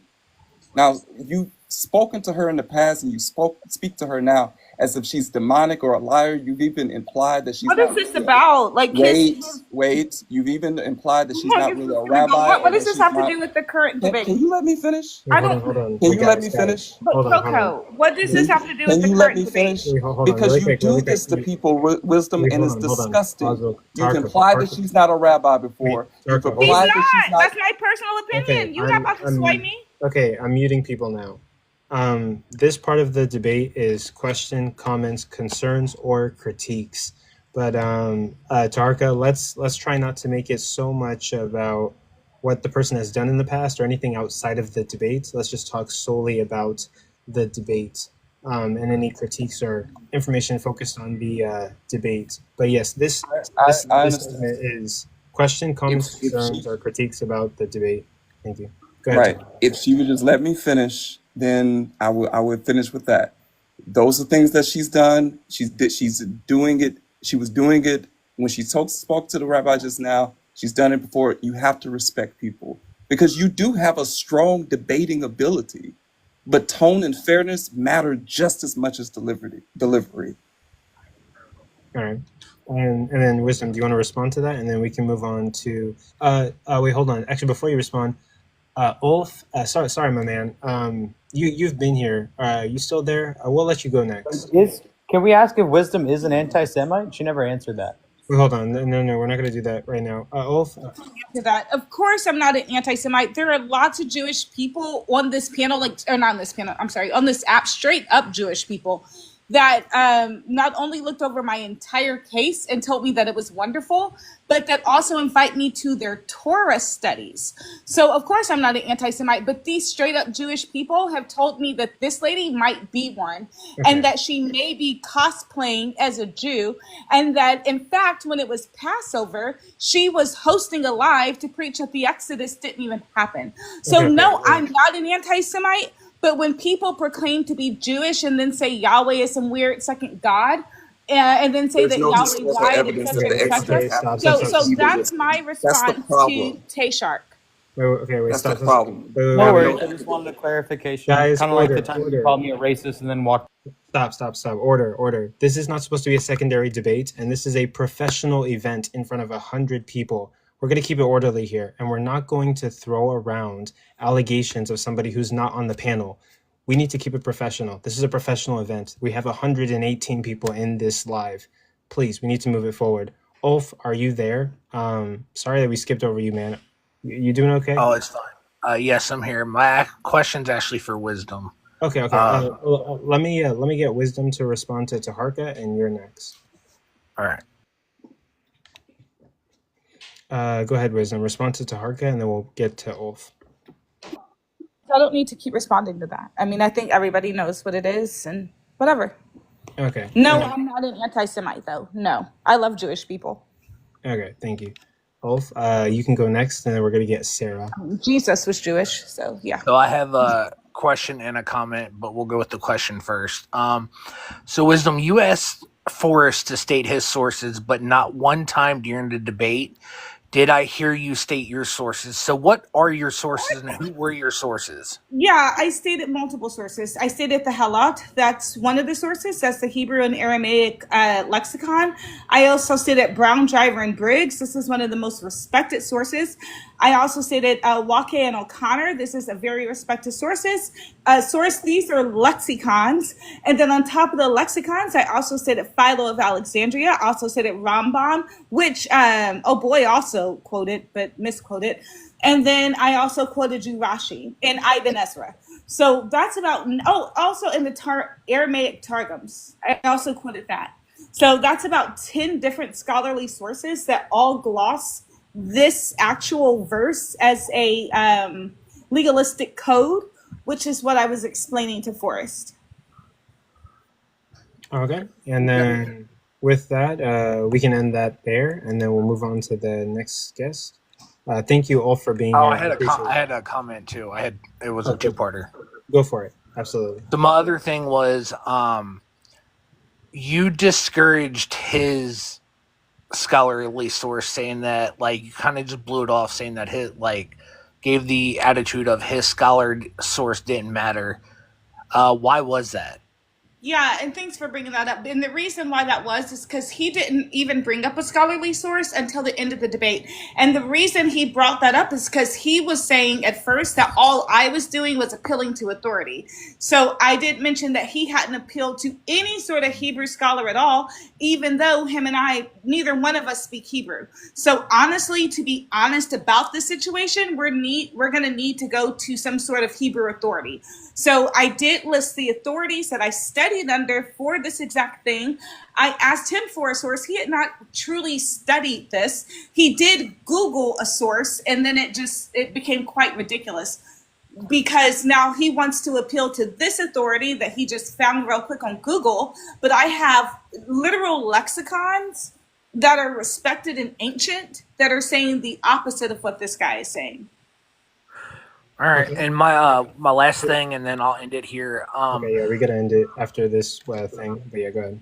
All right. Do you think that for one of the judges being on the panel, for him to answer questions you had, do you think that he should have stepped down as being a judge? Because technically, hold on, I'm not done. I don't remember him answering any questions. Let me finish, because you stated before that he answered questions for you. So the fact that he answered questions for you, hold on, the fact that he answered questions for you, he should have stepped down as a judge and excused himself as a judge, because in my opinion, that was biased. Listen to me, you angry man. I don't know Hierophant. I don't remember him asking or answering one question for me. Now, what he says is that he answered some questions in a chat. I don't remember this. I swear to you, I don't. I promise you, I don't. So as he said, I'm finishing my sentence. If I asked him any question, I don't even remember asking him a question, but you can ask Sarah and Reuven, and there's another person called the Judean apologist. These three people I did ask questions to, because they're all native Hebrew speakers. And I sent them all three the same completed opening. And they all looked at that completed opening and said, yes, this is on point for what the Hebrew says. Nobody coached me as far as saying, hey, let's start from scratch together. I'm going to write this case for you, and you just simply regurgitate it. That's what happened over here to my right, and we see how that worked out. Okay, and I didn't specifically say he coached you. I said, coming from a standpoint, let's say he didn't even answer questions for me. If you were a coach, if you were a judge. Do you understand what I'm saying to you? Okay, first of all, I think that he was just making a tongue-in-cheek comment to Hannah. That's what I think. Because as a matter of fact, I don't think that he knows who I am from get-go. Okay, cool. He doesn't know me, and I don't know him. Okay, yeah. We do have to stop it right there and move on. Thank you for coming up. Thank you for your time. Can we rerun that vote, though? Because that's not fair for him to come up and say he answered questions. No. So, to set the record straight for everybody in here, the judges voted it was 5 out of 5. The audience voted it was majority wisdom. We're not sure about the allegations. Hierophant said they answered some questions in a live or whatnot, but that doesn't necessarily disqualify him from being a judge. He didn't coach wisdom in the sense of like heavily training her for this debate. It was a couple of questions. So we're going to let the judge's decision stand. Please, nobody come on the panel and take this away from wisdom. She worked really hard. I even have respect for her. She gave this her all. Both contestants gave this her all. This is a clear win for wisdom. We don't need to do anything to degrade that or take it away from Wisdom's song. She worked really hard. I don't believe in God, and I can humbly give credit to a Christian who did the work and came here, performed, and took it, right? So let's all put our personal biases away and let Wisdom have the win that she worked hard and earned clearly in front of us today. Sarah, you're going to go next, and Nika's going to go after you. Then we're going to get CB3 and Sticks. Let's keep our professionalism, everyone. This is a professional event. Thank you. Go ahead, Sarah. Sure. I just want to clarify for Wisdom. She met me 2 weeks ago on a TikTok live and just happened to notice that I was a Hebrew speaker and asked me a question. She has sent me 2 weeks ago, or maybe a week and a half ago, the finality of her debate in writing and asked me to do a cross-reference through the Chumash, which is the Hebrew book of Genesis. And then I used I gave her the interpretation of what Rashi said. But for the most part, I would say maybe 99% Wisdom did all of this on her own. I was actually highly impressed for somebody that doesn't speak Hebrew and was not somebody that was Jewish. I was Jewish my whole life. And I will speak to more Rabbi Chana or whatever. We don't even go women by rabbis, but that's fine. It'd be Rebbitzin. But the truth is that she is not a Jewish person because a Jewish person would never degrade God. It just wouldn't happen. So I would encourage you to look into those credentials, because even if she did coach you, Forrest, not for nothing, I think you debated really well, even if I don't agree with what you were saying, or even if I find it to be offensive. Are you a Jewish person? I am. You said you were. I am. I grew up my whole life Jewish, my whole life Orthodox. So you still are, right? I am not a practicing Jew. I am a Christian. Oh, wow. So you're a Messianic Jew? I'm not Messianic. Okay, so do you believe that Jesus is the Savior? Yeah, but I this do, is yes. guys, but I do not keep the law. I do not So keep you're the not- law. so So you're not I do Jewish. not keep the law. I do Okay, not keep guys, the law. guys, this is becoming multiple. Okay, so you're not going to, confusing. Forrest, you're not going to insult me. Like, Wait, come yeah, off your yeah. high horse. Are you still Jewish? Yes or no? Guys, stop. Anyways, my nationality and belief is not up for debate here. Anyways, Yeah, I just but- want to say, I was kind of coming up to congratulate Forrest, but whatever, he can take that how he wants. I asked you a question. Wisdom, Okay. I think you did a beautiful job. Congratulations. It was awesome. Great. Go for it. Right. All praises to our God. That's right. All right. Sorry about that, guys. We do have to keep it professional. I don't want this to turn into like beefing on stage. But thank you, Sarah, for your candor. Thank you for watching. I appreciate you being here. Thank you so much. We can't do this without your support. Next person is going to be Nika. Go ahead. Yeah. Finally. So my first critique is actually for the modding, and I'm not joking here. Coco, I know I was kind of making jokes in the chat, but I think the consistent pausing every time they were reclaiming the time, it didn't really make sense for the flow of the debate, and I think it kind of interrupted the discussion a lot. And I think there were there was a moment where I came in a little late. I missed Forrest's opening, but there was a point where the time was kind of mismatched. I don't know. I just felt there was also a time where people were interrupting each other that you could have kind of stepped in. I think even one of the judges stepped in at one point. I felt like that should have been you, Coco. But that's kind of my biggest critique of the debate. Obviously, Forrest did lose this debate. I'm not gonna lie about that. I think probably he definitely seemed less prepared, probably because Wisdom has been such a crash out in the past. He probably kind of underestimated how prepared she would be. But yeah, I guess W Wisdom's ChatGPT really took that W today, and there we go. Don't do that. I would say Big W Wisdom's ChatGPT. I don't know. Yeah, don't do that. Okay, I would say Best way to tell me you don't even know what goes on to say Chat GPT. Yeah, you sounded really rehearsed. I'm not gonna lie. You were reading off a Yeah. script. Yeah. Okay, so Wisdom Yeah. did put in the effort and won. I do okay. Maybe I am trying to work on my moderation or how to moderate debates. But yeah, whenever they reclaim their time, I did want to stop it and kind of get it under control and then continue the time. Maybe we could figure out a different way to do that to not really hurt the conversation flowing. But also anyone else that's in the live, if you have any critiques on my moderation, feel free to send it to me. No, your moderation was great, Coco. Whatever. What? We do need to figure out how to moderate and do this in a way where it's professional, where it flows correctly, and the audience can keep up with the educational parts of the debates. And yeah, we want to make the debates as best quality as possible. So, but thank you for your critiques, and yeah, I'll keep that in mind, and yeah, we'll try to fix it. Thank you for your candor. Thank you for being here, Nika. CB3, you got anything for us?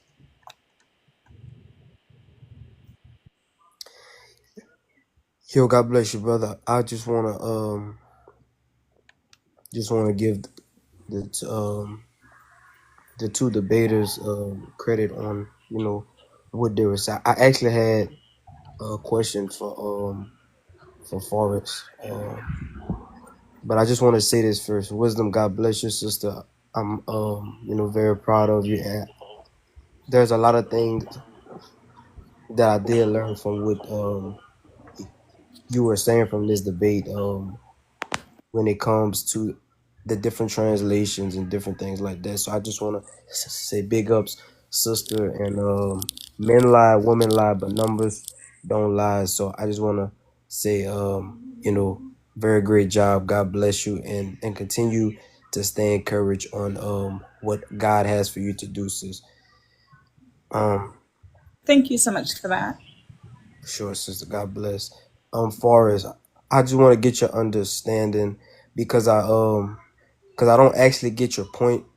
And I'm not saying that you were running from it, but can you clarify how did God lie by saying that he says this day you shall surely die if there's different Good Lord. Can you get your ways question of out there how too, buddy? we can die. Like there's a physical Yeah. Yeah. there's So a it says physical life, there's a in the spiritual text, life. but of the fruit of the tree of the knowledge thou shalt not eat, for on the day that you do, you will surely die. With the emphatic emphasis on the term bayom, which is a 24-hour period within the Hebrew text. And then, once again, as I said before, mut tamut is die, yes, surely die. It's a physical unalivement, which she also agreed with. She didn't try to go through the apologetic route. It's a physical death within 24 hours, which did not happen. She tried to talk about the figurative words in 2 Peter 5-8, which is written in a different language. It doesn't actually connotate with this type of understanding. It's a simile. It's figurative language. It's a metaphor, and it's used for the time that people spend in heaven. So it's not a physical unalivened. It's not a reference. That's all the way in 2 Peter. It's not or 2 James. It's not a reference to the physical time frame that God gives in Genesis. You have to move all the way to the New Testament to try to change what the day means. It's a 24 to 25-hour period in the Hebrew. So do you think that God told them that they were going to die some other day? Yes. So that's the question I wanted to ask you. Yeah. Like, do you think that God you told believe them? that? No. Hold on. Give me 1 second, brother. You believe that there was that day, that 24-hour day, that's when Adam and Eve would unalive. That's what it says in the text, sir. On that day, you will surely die. Do words mean words? Yeah, for sure, but I'm this is just a question I wanted to ask you, but I'm not, if I tell you you're gonna claiming to know the translation. Sure. If I tell this you, is just a question I just wanted to hey, ask when you eat that fruit, you're gonna die on that day. What do you think is gonna happen that day? Yeah. Could you answer that question for me? You can say that day can mean different things. Like what I'm just talking about me and you. If I tell you, when hey, it comes the day that to you the eat a Subway translation sandwich, of what day on means, that day you'll surely die. What do you think is gonna happen? Yeah. You can talk about a spiritual death, and you can talk about a physical I'm talking death. to you, sir. I'm talking to you. We're not talking about spirits. Spirits can't You die. can We say a already physical confirmed that. death. Wisdom didn't even You can bring say up physical a death. physical So are you or a going to die spiritual that day, death. sir? Yes or no? You can say a spiritual death. Are you typing or right a now? physical death. Yeah, I That's am. me. Sorry. And like Nobody argued for a spiritual can you death. tell? That's where you're not tracking. Actually, Hold on, give me wait. 1 second, brother. Can you tell me the Hebrew meaning to what Actually, day wait, is? really quick. Stop right here. I'm sorry.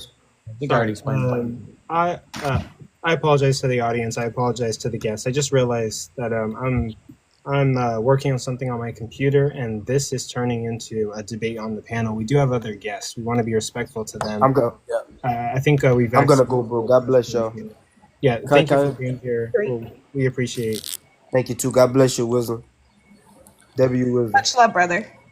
Yeah. I can't be up for long. I can't be on for long. So can I just quickly? Wait, no. Forrest, there's a line of people. We don't want to just cut the line. I'm not just gonna manifest destiny in the spot. Sorry, buddy. You can go if you have to. Yeah. We have Sticks, and then we have Cyber Deconstruction, and then it's going to be Ufredo, then Petty, and then Dark Knight. But go ahead, Sticks. Yeah, what's up, guys? I'm not gonna steal any airtime here. I don't want to turn it into debate with either of you, but just wanted to say congratulations to Wisdom. I think just by virtue of staying linear and sticking to your argument, you won the debate. My observation is that I think Forrest overprepared for I think the classic Christian apologetic that Genesis 2 was in fact referring to a spiritual unalignment. Which I think he made strong points against. Problem is, I just think Wisdom conceded to that early, and it wasn't really a point of contention. I think Wisdom's delivery, making the argument that this was in fact a guarantee of unalignment, was strong. And I think just by referring to like 1 Kings 23, I think. I think she substantiated that claim. I wish, just as a point of discussion, I wish it was addressed in this debate that, one might conclude that Adam and Eve were already mortal when they sinned, right? Which would have rendered Wisdom's argument more incoherent, just insofar as the guarantee of the unalignment would be less. That argument would be less strong if, in fact, they were already mortal. So. That's just a point of observation. I wish that we would have dug into that a little bit more, but overall, it was entertaining at the least. And I have mad respect for anyone who comes up on these debates and actually does their thing. So, absolutely. Thank you for your candor. We appreciate you, Sticks. Thank you for watching. Thank you for being here. And next we've got Cyber Deconstruction. Go ahead. Hey, yeah. So first comments for Forrest. Yeah, just be careful on asking questions, and just learn how to reclaim your time. If you feel like you're not being answered, reclaim that and control your time a little bit better. I think you might have had this better. Wisdom, good luck or good job on the win. Coco, just for you, debate rules, just because you've repeatedly stated this is professional, debate rules state that if a judge, even if they answer a question, are not to judge, they're to be removed from the panel. If they do help and it's not declared ahead of time, you admitted he answered a question. I did not admit that. He never. He said that. He said he was playing with her. He answered a question. He said that he never answered any questions for me. Stop it. He did. He did not. I don't even know who. Didn't you hear him say that I was a cunt? Did you hear him say that? Yeah, and he said he answered a question. He came didn't. Up and did. He can't even tell you what question it was. He was playing with that Rabbi Hannah, trying to get a rise out of her, and she came up here and cried like a baby and started this. So, but nobody helped me with this. I don't know him. All right, guys. So, like, but what I'm saying is, in the future, this wasn't an attack on wisdom. This isn't an attack on wisdom. This is more on the judge. But just in the future, he didn't do it. Wisdom. It's okay. It's okay. No, it's not okay because you keep saying. I'm not it didn't happen. I'm not saying you did anything wrong, Wisdom. I'm not accusing you of anything. You didn't know. It's not your fault. No need to have the conversation, right? Okay, no need to have a hypothetical conversation. How do we move forward? You're getting hurt because you know it happened, but Coco, it did not happen, and I'm tired of you guys coming up here doing this. In the future, Coco, Coco, he did not. You have my word on it, Coco. I did not. Does that man even speak Hebrew? Like, for real, what do you think he coached me on? I'm not saying he coached you. Seriously. I'm not saying he coached you, Wisdom. What do you think it is? What do you think it is that Hierophant helped me on? We're pausing this. Look, Cyber, I do hear what you're saying. We're not sure about whether Wisdom was coached or not. No, I'm not making that accusation. No, I'm not even making the. What I'm saying is, in the future, if it does happen, and neither the panelist or the debater or the judge announce ahead of time, like before It the debate didn't even happened. happen. I'm Yeah, not yeah. saying it did, Yeah, Wisdom. he's not I'm saying it saying for did, but we need to future get through Okay, events. this. There's other guests. We need to keep this professional. And yeah, also, but everybody knows that. yeah, Like, yeah, this is and already a known thing. Yeah, yeah, Wisdom. This would be done if you just let me get through. yeah. Yeah, Just let but them know that in the All right, future, got it. Okay. that if it's not announced, it's not a loss for the person. They just lose a round, and in this case where we do votes, just put a rule. That way, then there's no risk of it happening in the future, where you just say, "Hey, if we find out that you even asked the judge a question, I and didn't. I'm not saying you did, Wisdom." So move on. Tell him this in his guest Okay. request and Okay. move So, on. anyways, This my has next nothing to do with comment. the debate So my tonight, next man. comment, Move though, on. is I do have one more comment, real quick. So, for those who don't know, in Sephardi culture, which Rabbi Hana is, they do have women rabbis. No, That that's a does lie. In Sephardi culture, doesn't. they It doesn't. definitely In don't, fact, and they also the don't have first rabbis that say Yahweh in isn't the fact, true God. well, hold on, we'll get to that. So, Cyber, in fact, okay. Wait, hold on. well, Cyber, hold on. Hold on. I I'll let am you finish Jewish. I up. have a right to defend when you allow another supposed Jewish So person what come does up this here and have? make This fun. has nothing to do Wisdom, with Okay. this Coco. doesn't With all due concern Guys, you. respect, guys, Frodo This guys. gets doesn't This to concern is you, answer. Wisdom. getting out of control. This is getting out of control. Frodo gets to answer a Hold on, question hold now. on, hold on. So Cyber, hold on. So wait, I just have hold on. some dates Yeah, to yeah, give here real quick, and then I'll yeah, hop yeah, on. yeah, I'll yeah. hop This on. man is lying. Wait. Let me get this under. Let me get this under control. I'm taking control of this. Okay. So Cyber, we're gonna let you. We're gonna let you finish. But Yeah, I'll after, finish, then I'll hop down. yeah, Yeah. yeah. So And the then wait, first. hold on, really quick. But then Okay. after Cyber, for the rest of the guests, we're not gonna discuss anymore or say anything about if Hierophant helped Wisdom. Cyber's gonna be probably we're gonna cut it off at Cyber, right? If anyone says anything about the Hierophant situation, anything related What to is him, he yapping about? Like, we're gonna why end. do we care about his Yeah, feelings about something that's I not know, even about the I know. debate right now? Yeah, So real we've quick got to though. It's keep it just his way professional, to attack. Why doesn't he guys, wait till after everybody's done? Enough, we guys. Let's move guys, on, please. we've got guests. We've got Please to allow keep what it you have to say. professional. You gotta There's let him 100 speak. He's people in the defending his room. We've got to keep Yeah. this Let me. professional. There's 100 people in the room. We got guests. 10, So we're 10 cutting seconds. I'll be the done. Hierophants thing after We Cyber. don't need any of your promotion, Cyber. This is Okay. about this topic. So Let's move 10 on. seconds. I'll be done. So the first female rabbi was Asna We don't need to Barzani. hear about your. Wait, We're no, talking let him about Fredo, the finish. just debate. I'll be done in 10 seconds, Yeah, Fredo.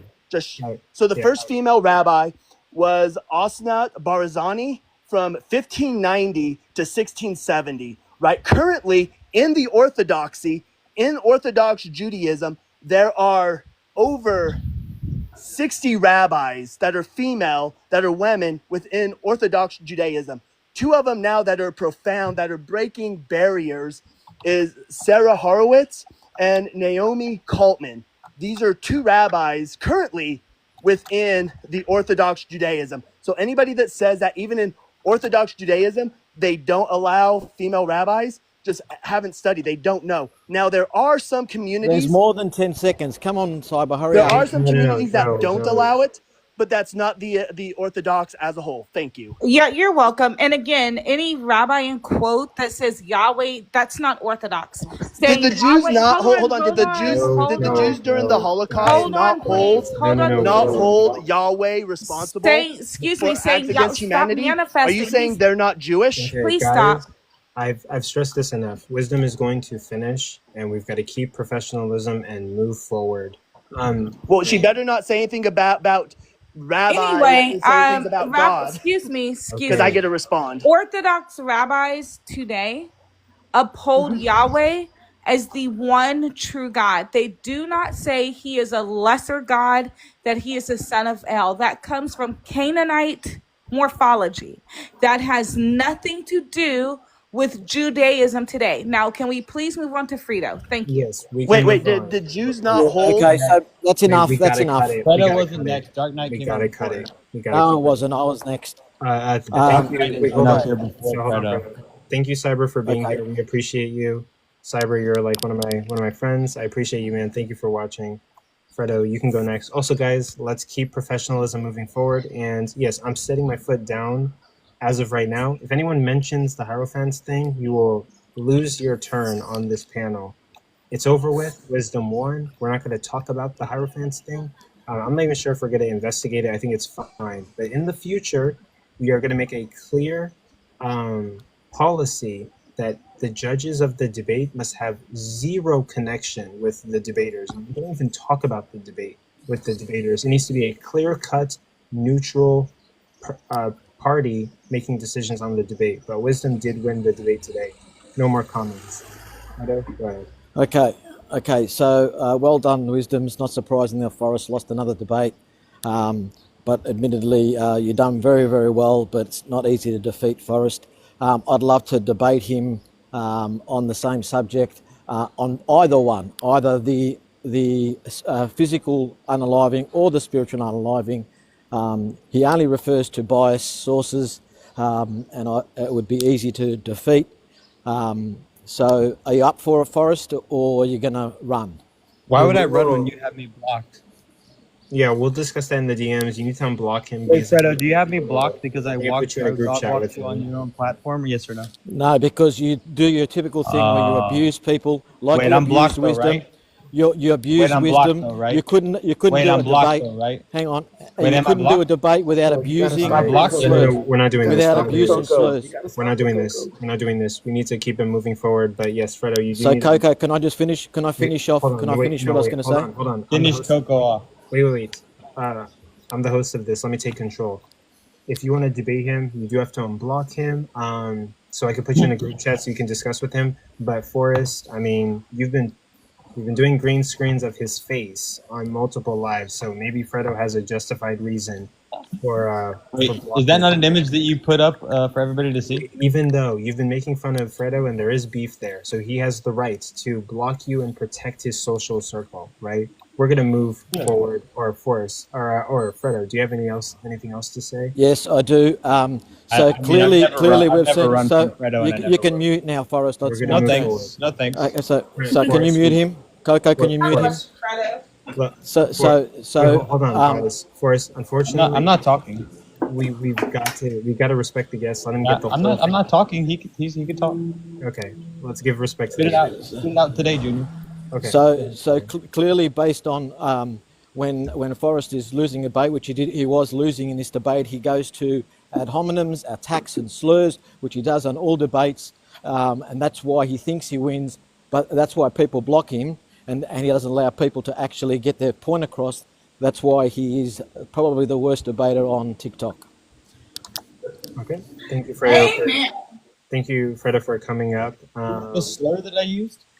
Yeah, comments, questions, concerns. Thank you for a slur that I used, kind of like when Wisdom said I was racist and then had to walk it back. Literally. Hey, Wisdom, did you call me a racist and walk You it know back? what's so funny? Can I say something real quick wait, about did that? you call me a racist Hold and on. walk it back? Hold on. Can I? I did call you a racist, Did and the you then reason. apologize Wait, after you hold walked on. it? And I'm a woman of my word, and I literally apologized. Not only that, you were so. This is getting out of control. I am taking control of this live. This is getting out of control. I have repeatedly been very lenient with everybody on the panel and told you multiple times, look around. We have 111 people in this live. It's a professional event. Act like adults. I don't know how many times I'm trying to be nice. I love you guys. But you are embarrassing me, you're embarrassing yourselves, and you are being disrespectful to the other guests that are trying to ask questions on this panel. We need to get it together. All of us are above the age of 18. This is a professional event. We're trying to do something professional on TikTok. How many times do I have to ask you guys? Okay? I'm going to let back up the two people who debated today and the people who are trying to ask questions. Please respect my project, respect me, respect this platform, and respect the other people who are waiting in line trying to ask questions. Thank you.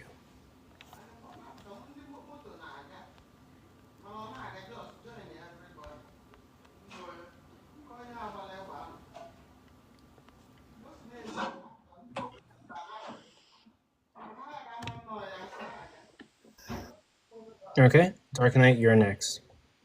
Thank you so much. Yeah, so thank you for saying that. Like, you guys definitely need to respect the host more often. You guys are talking over him and shit. Don't do that again, please. So real quick, W to wisdom. I'll give you the W. No one's denying that. Everybody says W. It's cool. Now, I do want to say my question for both of you would be, where do you think that both of you could have improved on, or maybe some areas that you wish you could have addressed a little better throughout the debate? Also, Trent, stop ducking in debate in the chat. So those are my questions right there. Or my final question would be, how do you think you could perform better in this debate, if there is anything that you could maybe recognize that you wish you could have did better? Yeah, I think I wasn't prepared for her not to go the spiritual route with the typical Christian apologetics, but she did admit to it being a physical death. She just tried to open it up to the different interpretation of the word day. I didn't have the actual infinitive term that she had. I didn't prepare as much as she did. I will admit that. I think that's why she won. But regardless, my syllogism still stood. She didn't actually prove that the day wasn't a physical day. She used the term, or the verse in First Kings, and in that same chapter and in that same passage, I should say, or that same book, God sends lying spirits. She also alluded to the fact that God has every ability but cannot lie, so that was a contradiction in itself as well. But I think I should have just maybe looked into the Hebrew more with the infinitive and the verb tense of what was being used in that particular passage. I still think that, God lied to them and that they did not physically die that day. Okay, so I swear the question was, what could you have done better, not what did your opponent do that was just horrible. So I'll just go ahead and answer the question, what could I have done better? I would probably say during cross-examination, that's something I am trying to work on, is cross-examinations, is not getting flustered during cross-ex, or just keeping the narrative going the way that it needs to go. So I would just say just keeping to working on cross-ex maybe would be what I would do better. Appreciate the response. And once again, Trent, stop ducking the faith. Thank you, Coco. Yep. Thank you for coming up, Dark Knight. I appreciate you. We're going to move on to the next one. But yeah, I appreciate all of you guys. Let's just try to act professional. Don't mean to be stern or I know, much love, Coco. You're good. Yeah. Sometimes you gotta drop. It's true. Knowledge. Thank you for being here. You got any questions, comments, concerns, or critiques? Yes. So I really respect the debate, and I respect the honesty. The judges' judgment and the moderation. But my question would be,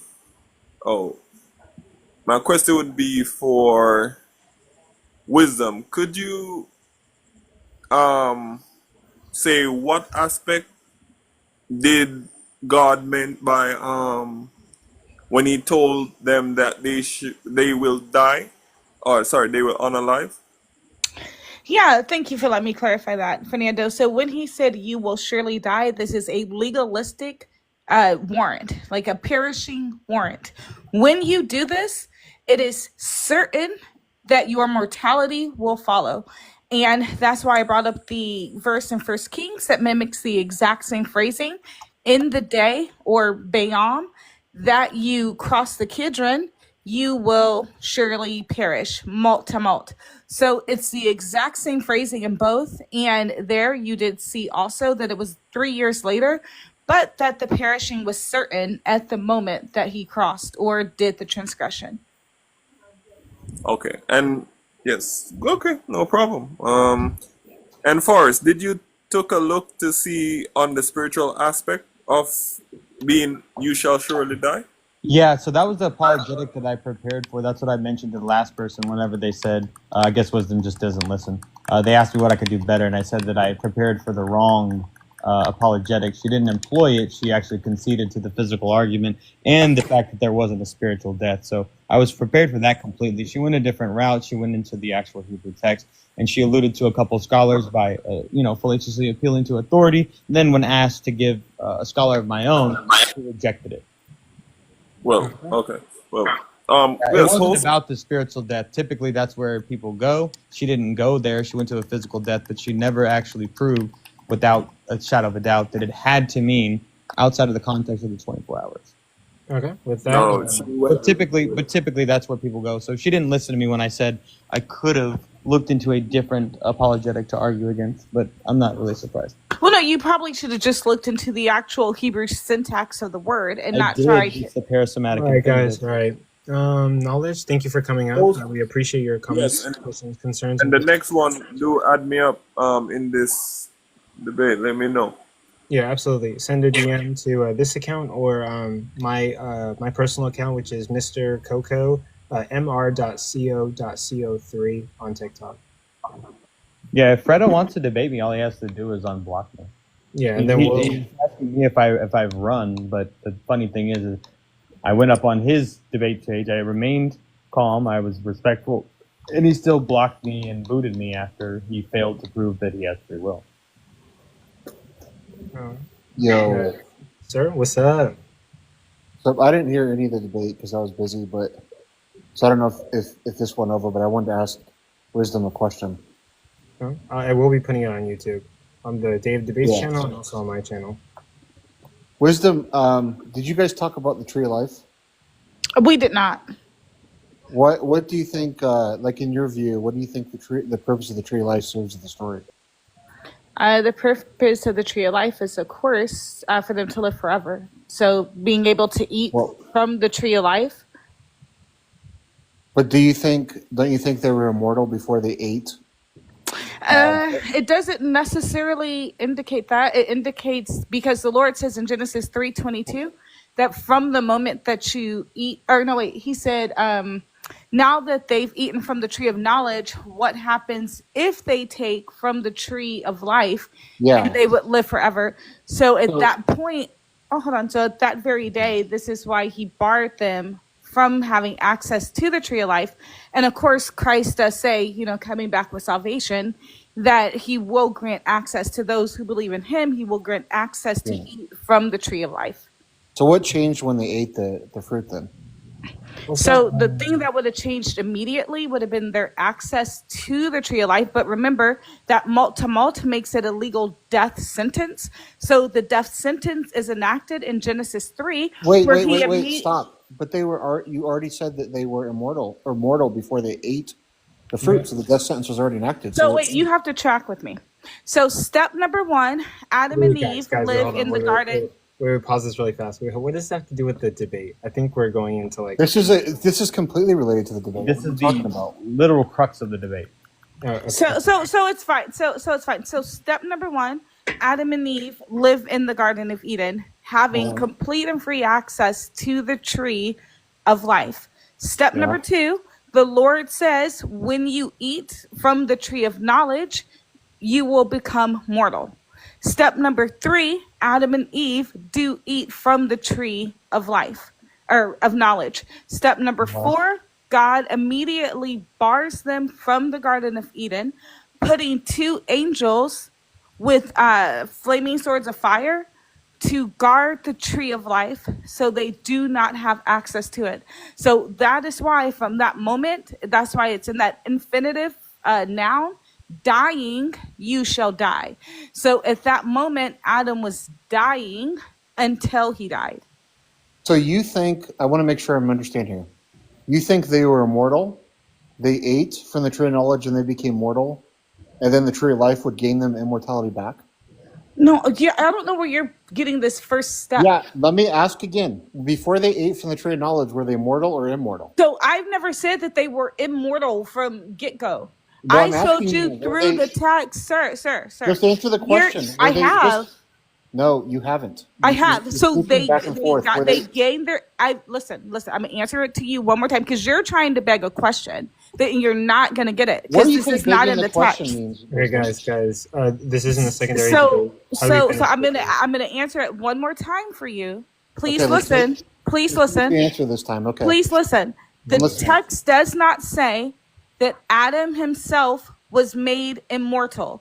What the Lord says is that now they may take from the tree of life and live forever. So because I don't want them to take from the tree of life and live forever, I am going to immediately banish them, Bayam, in the day that you eat from this tree, dying, you shall die. So he cuts them off They were from the mortal before tree they of ate the the fruit, Okay, right? you know what, sir? Do you want to have a debate about this? Why are you not answering the question? I Were am they mortal? answering the Yes or no? question. Just say yes or no to the question. Were they mortal? They were. Were I they keep mortal telling before you they they ate were from the tree of mortal and knowledge? giving you the evidence for it from the Oh, Bible. great. They were mortal. So what changed when they ate the fruit? Bro, they were taken away from the tree of life, their source of immortality. Now you're saying they're immortal. What the hell are you talking Do about? you You're understand contradicting what the yourself. tree of life is? Yeah, the tree of life would be they can eat from the tree of life and become like gods. They can become immortal. So That's hold the on. point of the tree of life in the So story. if they are cut off from said tree, what happens?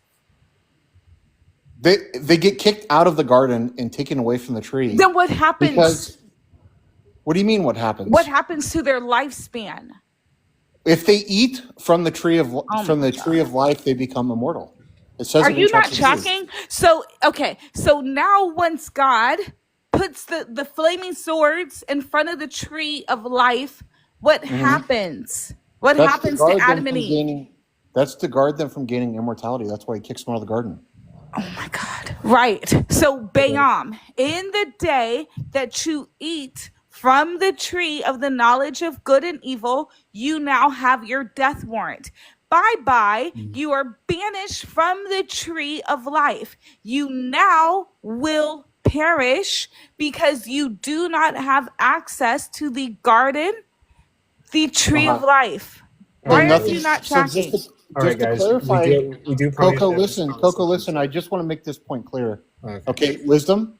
You answer the question. Now let me respond. Okay.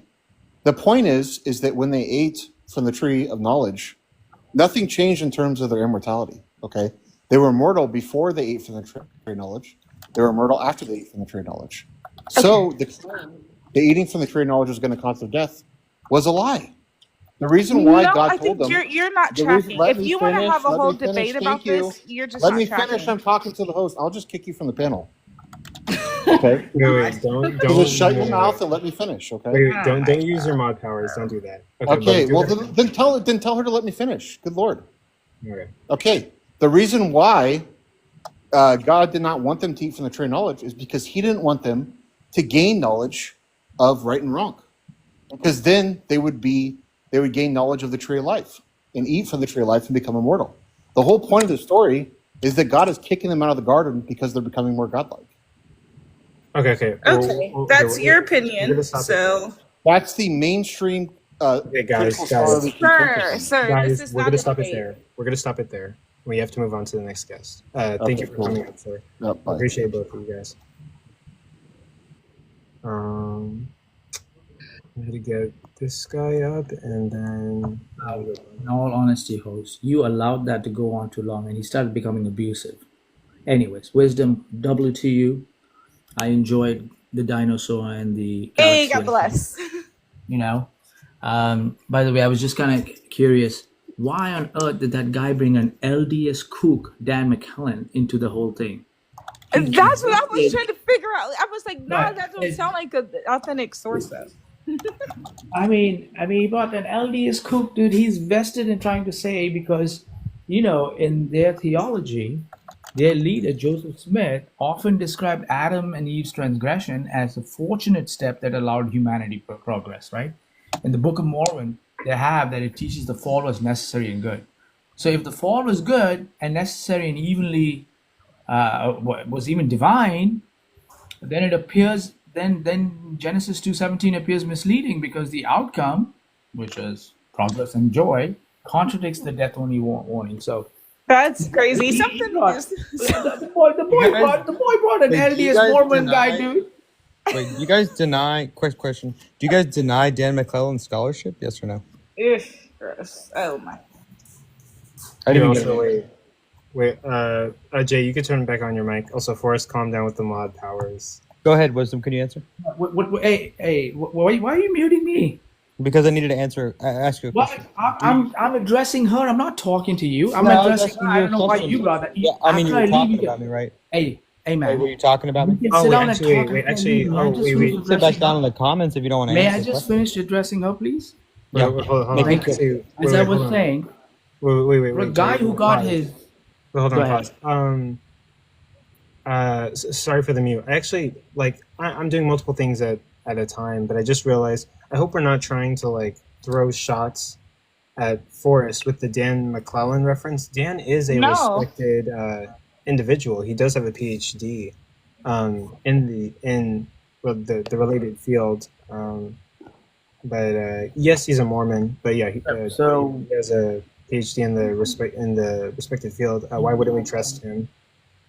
Right. So a PhD fellow suddenly makes you an authoritative person, or it's his religion. He's an LDS guy. He's coming from that perspective. You know what? His scholarly work or his PhD and Are either of dissertation you at on the level that he's how attained? how would be lab rats fine. do something good doesn't. Sorry, Excuse are me. either he of asked you me a at the question. level that he's attained? What- Yes or what's no? going on That's here? the Am second I question that I haven't. Okay, That's the wait, second hold on. question that I haven't had answered. Hey, Hold on. hey, let me Wait, finish so talking to her. are you making a comment or asking a question? What's going on here? Right. Yeah. So no, He's just I came up. freestyling. I came up here for her. I wanted to finish my conversation with her. I made a comment about the LDS cook that was brought into the conversation for her and me, and I explained to her why I thought it was an Is LDS this just cook. like If he tea is a time? What are we PhD doing? guy, doesn't make What are any we doing? difference because he is very biased from his religious background as to Everyone's how he wants biased, to look right? at that particular verse. Are all people when- biased towards their so own that's why. position? Listen, third question. I'm gonna have to ask Wait, because you haven't answered any of my Moderators questions. are muting me. You haven't. Yeah, I just did because you're Why not is he answering muting? any of my questions. May I just finish talking to her? Wait, For a he guy has- who he took has a answers. huge L, 5-0, What is you this certainly yap got some session balls to going sit down on? and mute people, dude. Like, what is this yap You session? took a huge 5-0, man. Are You Christian got slapped scholars left, right, and also center. biased? And you just 5-0, got smacked bro. back down in the comments. I'll see you later, bud. Stop. This is the last time. Do not abuse your mod powers. This is a professional event. I am 3 seconds from just ending the live, and we're just gonna end comments, questions, and concerns. We're gonna put an end to this if you guys can't control yourselves. I don't know how many times I have to say something. Okay, this is not it. And people will start losing their mod powers if you guys are just going to abuse it, especially the people who debated today.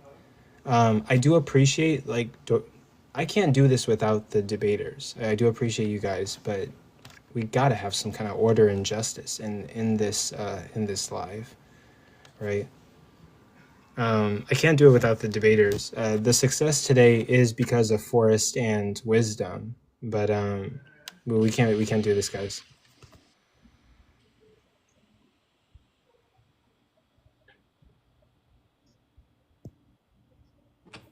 Yeah, I mean, that guy was just using your platform as a soapbox. Like, he's not even talking to you or through you. He's just talking past us. Yeah. Comments or critiques. Those are just throwing shots. Yeah, we do have to move on. Bobby G, what you got for us? Oh shit. Nothing. I forgot I requested. Bobby, weren't you already up there? What's my star? What's my star sign? Yeah, what's your star sign? Pisces. Water guy. Nice. No, I think first, I'll say this. I think this should have been a easy W for you, but you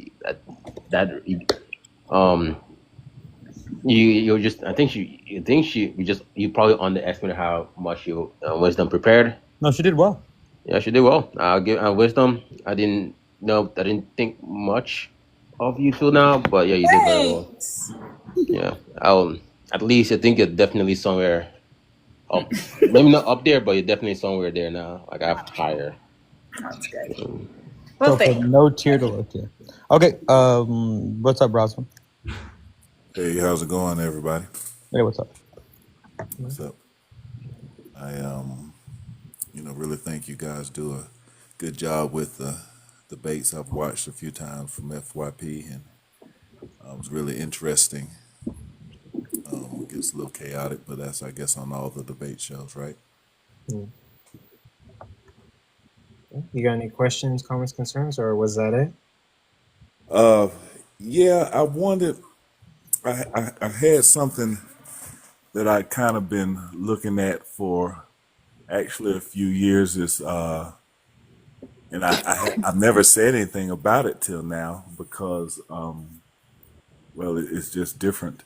But it's Genesis chapter 2, and I like some some feedback on it if I could get some. It's the creation story, the creation of man story in Genesis 2 as opposed to Genesis 1. 2 and 4 kind of going down to where Adam was made. In Genesis 1 it says male and female he created them, On the etc. sixth day. Sir? On the sixth day, yeah, it contradicts itself, the two stories.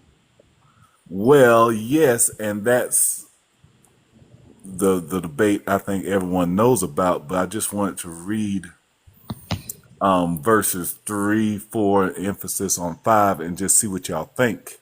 Do you think that they contradict 1 and 2? That's not what I'm talking about. But I know what you're talking about, and I can talk about that at a different No, time. wait. I think because I think this is getting off topic though. Yeah, let's try to stay the path and address this guest comment or concern. Oh, okay. Well, would y'all? I'm sorry. Oh, no, would you articulate it directly for me, and I'll Oh yeah. I did have something to say about it, but would you just pose the prompt one more time? Or actually, no, Rossman, you're in control. We're here to answer your questions, comments, and concerns. So wherever you want to I don't think he knows it was a debate, Coco. I don't know. Did you know the debate happened, Rosman? Yeah, they happened today. Because he's talking about the creation stories in Genesis, but that wasn't the topic. So Yeah, so Rossman, today we had a debate about whether God lied in Genesis. So we're wondering, do you have any questions, comments, or concerns about like the debate that just happened? But if not, we can answer your questions probably some other time. We are trying to get through the people who watched. Yes. Yeah. You said the debate was about whether God did what? Whether God. Wait, did you watch the debate that just occurred 30 minutes ago, or? I caught the end of it, but no. I have a question actually. Forrest, do you think would you want to go a third round? Yeah. With Wisdom? Yeah, I mean, all it can do is continue to highlight our skills, and we both profited off of this. We both got more publicity for Coco's events, and we both made money to do it. So I don't see a problem. So you would go another. I guess 2-0. Yeah, I mean, the first time around, to be fair, like he had time. I had 2 hours, and I fell asleep. I didn't even prepare for that first debate because I was negative. So my intention was to flow off of the affirmative, which is what I did off your case. Right, but at the same time, I was given the wrong topic. Yeah, that's true. There was a misconception for the initial. Wisdom. If you were given 2 hours beforehand to prep on a topic that wasn't the correct Forrest, topic, you had 2 months for this one, so. I think the crowd would like to see a third round. Like not yeah, that I'm like sure you they have. would too. I mean, I'm down. I'd rather debate Wisdom songs than Fredo because Wisdom is at least halfway a genuine person. Fredo's just a liar. Well, Wisdom is too mostly. The crowd, the audience, scholarly references. The audience will love it for sure. Yeah, I think that would like be a good 2-0 for the platform too. Yeah. Yeah, and actually, if Wisdom gets 3-0, that'd be wild though. Yeah, I agree. I think she came prepared and she won fair and square. However, I don't have a problem with going back at it. Yeah, and also again, I don't mean to be a dick or strict earlier. You guys are literally the reason why this was successful today. Forrest and Wisdom. Yeah, I think we both bring people in. We're both two polar opposites. So. Yeah, but yeah, I represent light and you represent darkness. So what's what happened? Oh, is that like a racist joke again, or? We don't have to. Okay, guys, but I just want to make sure she laughed at that. But yeah, this platform is successful because of you guys and all the other people who debate on this platform. But yeah, we do want to keep the professionalism and make sure that this. I'll admit, Forrest. I think the part of the reason why there's so much crowd is that I think all your ops came tonight. Oh yeah, I know. I could tell. Everybody in the comments was deriding Wisdom, but I see bro, this was an atheist platform. Don't even do that one. No, there were. If you look at the crowd from the beginning, I can tell that you clearly promoted a lot more than I did. Atheist, Forrest. I don't know. But anyway, wait, did you not promote for this event? I don't know, Forrest. I think that literally I heard you promoting on every Atheist Live as I was going through. Not only that, Forrest, this is by default an Atheist platform. So even if you don't promote at all, the majority of people here would by default be atheists. The people that showed up, though, who were Yeah, they? well, God bless them. God bless Thank you God for bless all the conceding. Christians for coming out. Let me just Thank say you that. for God bless you conceding. guys. What do you think the percentage of the crowd was? I don't know, but God Actually, bless them. guys. Pretty obvious. Pretty obvious. But guys, Here, God bless them. wait, guys. To move on, I would say like my platform, the Controversial Compass, I would say that's a majority atheist. But for this platform, it's a bit new, and I think there is like sort of a blend between Christians and atheists. I've been seeing equally as much Christians and atheists coming here, but Rebel, I did see you requesting. Please request again. Roseman, I'm going to drop you down, but is there anything you want to say about, like, we did have a debate today, and that's kind of what we're trying to address right now, but any other questions we could answer later? Yeah, I'm sorry. I probably was a bit out of season and coming up. I am curious as I step down, what was the debate topic? The point of contention was, did God lie in Genesis 2:17 when he said, "But of the fruit of the tree of knowledge but if you eat the fruit of the tree of knowledge of good and evil, you will die surely on that day." Yeah, that was and, the topic. And a Christian and an atheist were debating that. Yes. Yeah, well, you have to contend with with their worldview. You're supposed to internally critique them and suspend your worldview that obviously this God is imaginary. Okay. So you assume God's existence to make the debate possible. Right, because that's the only way that you can make this possible is by using your imagination. Okay. All right. Let me drop You should have used your syntax. Thanks everybody for your kindness and Thanks, patience. Rosman. I'll hop down and maybe I can get in on one of these one time. Hell yeah. Absolutely. We would love to have you. Heaven yeah. None of this hell yeah stuff. I want to go to hell. Yeah, I believe it, bro. We don't go do all that. Adios. Yeah, thank you very much. But Rebel, is it okay if I disconnect him? Yeah, Rebel, you were first, and then we're gonna get Truth, and then we're gonna get God Justice. Actually, Truth was here first. Or no, Rebel was waiting. I saw him in the. Oh, okay. My fault. I would have brought him up. You're good. Go ahead, Rebel. Hey, what's up? Great debate, guys. Great debate. I enjoyed it very much. Unfortunately, I couldn't. I was kind of doing things while I was out tonight. So Coco, once you upload it, I'm looking forward to watching the whole thing. But Wisdom Sister, that was amazing performance. I'm looking forward to watching you do your thing back on the replay. But at least from what I saw so far, yeah, you did an amazing job, and you're definitely a strong soldier in the faith. So congratulations to you. And for Forrest, it's interesting that the so-called pathetic apologetics somehow took the W. I mean, that's kind of interesting. He didn't use the apologetics. Do you still think the Earth is flat? Right. Okay, yeah. So let's not get off topic, right? Wait, do you still think the Earth is flat? I understand you're the loser tonight. You want to cope, but let's stay on topic, okay? It's you think the Earth's flat? Coco's about to end. Coco's about to end the live stream, but let's, for the very limited amount of time that we have, let's try to stay on topic. I know you want to run away. Is the Earth flat? Which, I mean, you'd be just living up to your own name. Meaning that you're Forrest Gump, Mendes. That's fine. You can live up to your name another time, because we all know Forrest Gump. That's all you do is run. Anyway, that's you got rhetorical. So Forrest, is this still your position after taking the L tonight that the day that's spoken of here in Genesis 2:17, the very prompt of this debate, is still referring to a 24-hour period? No, I think it's referring to a flat Earth. Okay, so let the record show that Forrest is now coping so hard he's not even willing to answer the question. Right? Guys, can we put the beefs beside us and really try to answer the questions here, or get this? Coco, I'm the one who asked a genuine question, and he's the one deflecting. Okay, I'll answer right? you. I'll answer you. God exists and the Earth is flat. Right. Again, for the second time, Coco. I mean, if this doesn't take his lot away, I don't know what will. I mean, what's going on here? I asked. Are you begging for him to take? I asked a genuine question, your question that's related directly to the topic, and now I still hold my position. He has now deflected. No, I That's still hold theology my number position. 2. Are you going to keep running away and living Now, up to your let me name mute for your us? second answer. Let me answer him, please. The answer is yes. I still hold my position. Okay, good. So then, how would you know that it's referring to a 24-hour period and not to 1,000 years, as the book of Second Peter, chapter 3 and 8 If says? you would watch the debate, I can answer that. let me I'm answer. not asking you, buddy. I'm asking Forrest. Let me Calm answer. down. Let me answer. If you had watched the debate, because I know that you didn't, because I went over that. That's a figurative language. That is a metaphorical, a literal device. It's a simile because it uses like or as 2 times. If you had actually watched the debate, I've got a quote from you here. It says, it says, "I didn't watch the debate. You did amazing.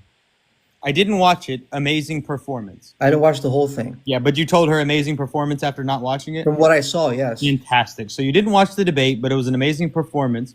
And you didn't hear me bring up that I passage. didn't watch the whole I said thing. that Anyway, it's actually. calm Oh, down. I have to answer. No. Quiet. 1 second. Quiet. Forrest is answering, yeah. Thank you. Be quiet. Okay? What is he answering? Wait 1 second. I'm answering your Yes, question. sir. You have to close your mouth long enough to listen and learn. Repeat issue. 1 second. 1 second. 1 second. I'm answering your question. If you had actually watched the debate, you would know that I brought that reference up directly, and I said that it's a literary device because it uses the terms like or as. It's figurative in language. It says a day with God is like 1,000 years because that is time in heaven. I mentioned that specifically. Now that I've answered your question, calm down. Okay, Rebel. Anything else? Good. Right. So, yeah. One last thing. Okay. So if what you're saying is true, then Forrest, what you're saying is essentially that I should not be able to find anywhere else in biblical scripture where it quite explicitly says that that day referred in Genesis is actually referring to a 1,000-year period, right? No, because what you're forgetting is that those are 2 different languages. Sorry. Okay, What's the different languages? What are you talking about? We gotta stop it there. Truth is waiting, and so is God justice. Wait. What do you mean stop? Wait, this is like the whole. Wait, Coco, no, you can't do this. I literally came up here for this point. You're asking multiple questions, and like other guests didn't get that privilege. You know, We're gonna get you off the edge of the flat earth, okay, bud? Yeah, and also like let's try not to abrogate. I'm about to debunk his whole argument like right now. It literally take me 10 but seconds. That's not the purpose of this. This is not debunking his argument. This is comments, questions, and concerns, and we have multiple guests that are waiting. And you've asked him multiple questions, and not all guests got that privilege. Most guests got 2 or 3 questions. But to be fair, he was deflecting. He asked me was like deflecting 6. and for guys, so many times of that. He's crying. He's begging. And also, like, I really I want you guys to put away your beefs and focus on the professionalism of this debate. And that's not really happening right now. I don't really appreciate the deflections, and also I don't really appreciate you antagonizing. That wasn't my fault. Rebel, Forrest, you're avoiding his questions. Rebel, you're antagonizing him. I don't appreciate that. By asking him questions related to the topic? Really? Rebel, you're enemies with Forrest. You came up here and you threw some insults around, bro. Like, it failed miserably too. You're antagonizing each other. Let's be completely for real right now. Yeah, I agree. How do you know what you're okay, Rebel? I'm talking about? Yeah, we've got to. Can I just say this last thing? Let me just let me play, bro. You shouldn't have to keep repeating yourself. Coco said what he had to say. Can I drop him? Yes Either or no? you respect it or not. Yeah, I'm I'm getting to the end of my rope here, guys. I'm asking for professionalism and like, don't come up and like start a fight with the debaters. What's going on? You know, we have guests to get to. Getting a little bit frustrated. Truth, you can go. Hi, host and panel. I came in at the end of the debate, but I do know what it was about. And I wanted to ask Wisdom, what sect of Christianity are you? Or are you a Christian, or what is your belief? Yeah, I am Christian Catholic. Okay, so you're a Catholic. Yes, ma'am. Do you consider yourself Eastern Orthodox? No, ma'am. Eastern Orthodox, they split, there's kind of a little bit of a difference between them and I, but we have a lot of similarities. Okay, I believe that. I'm Roman Catholic, so we're from the West, and they're Eastern Orthodox, Byzantine, so they're from the East. Okay, let me tell you why I asked that question, because I saw quite a few Eastern Orthodox that I've been on panels with in here when I came in that got you up to the 15.9, and I didn't know where you stand, you know. Oh, that's because So we're Trinitarian. So exactly. yes, ma'am. So when we are discussing like Christology, just in Christian circles, then Eastern Orthodox align very well with my ideology. So we kind of, that's why. And you got a lot of support because they do stick together like the Hebrew Israelites and everybody else. And I just came in here and I just saw so many of them in here that I've, conversed with. But to me, just standing on the outside looking in, that debate on that one issue, whether or not God lied about the comment he made, is so frugal compared to, and this is just I'm giving you my opinion, 555 contradictions, the condoning of slavery, the unalivement, the genocide, the false promises that his son made. I mean, that one little question is so frugal compared to everything else we have issues with in the Bible. Can you understand that? And that's all I'm saying. Well, I understand Because your that was a like. misinterpretation. Well, so I don't know. I know that was the topic for tonight. If you would like to pick a different topic as far as Christ, then because it sounds like maybe you have some issues with him. I'm not sure. That wasn't but that wasn't the topic for tonight. But anytime the Lord would need, like anytime you have questions or you feel that the Lord, you have some sort of accusation towards him, then feel free to bring it to me. Yeah, I've never seen you before. I've never seen you before. So, you're new to me, but, a lot of people were bragging, and they're going to, in the Eastern Orthodox group here on TikTok, they're going to be bragging about this big W that you get, rightfully so, you earned it, until Jesus comes back, and we know how long that's going to be. Well, no, what they really would be happy about is learning, is seeing that. Hold on, is seeing that their Lord didn't lie, and then seeing the actual proof of that, so that they can take that proof and add it to their own understanding, their own edification. That's how we grow as the body of Christ. Because don't you think that's just confirming your own biases? That one W off of something so frugal, which could have been, as a Christian, when I was a Christian, I thought it was a spirit. I thought it meant spiritual. I thought it was a spiritual, death that he was talking about. And then when it took me 30 years plus to deconstruct. And that one scripture alone is not going to win anybody to Christ. Well, thank you. I appreciate your viewpoint. Yeah. No, I'm being respectful. I'm being kind, aren't I? Yeah. But yeah. Yeah, but that's so frugal. Let's go to Leviticus. Let's go to Exodus. Let's go throughout the Bible and look at all the issues that we have and all the untruths. Truth seeker. I do appreciate it, but we do have to move on to another guest. All right. I love you. Thank you. Thank you. I haven't said that to anybody yet, by the way. We appreciate you. Truth seeker's awesome. It's funny to see the amount of Christians that hate each other, because they always say that the other Christians aren't real Christians, and Wisdom runs a topic for 12 hours on Sunday. None of them can agree.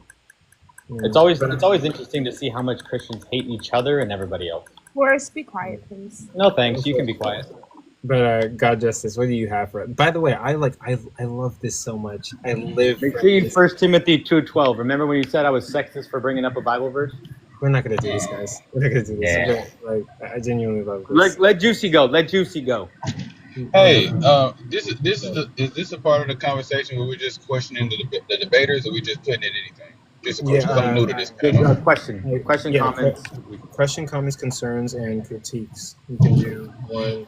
Yes, I came in at the I'm not going to be like the last guy who assumed who won, who lost, and then didn't even watch it. You know, I'm assuming that Forrest probably won with this being an easier topic, but I was just not going to. No, I took the L today. I think You wisdom. took the L. So let me ask you a question. How did you end up with an L today on the Well, topic?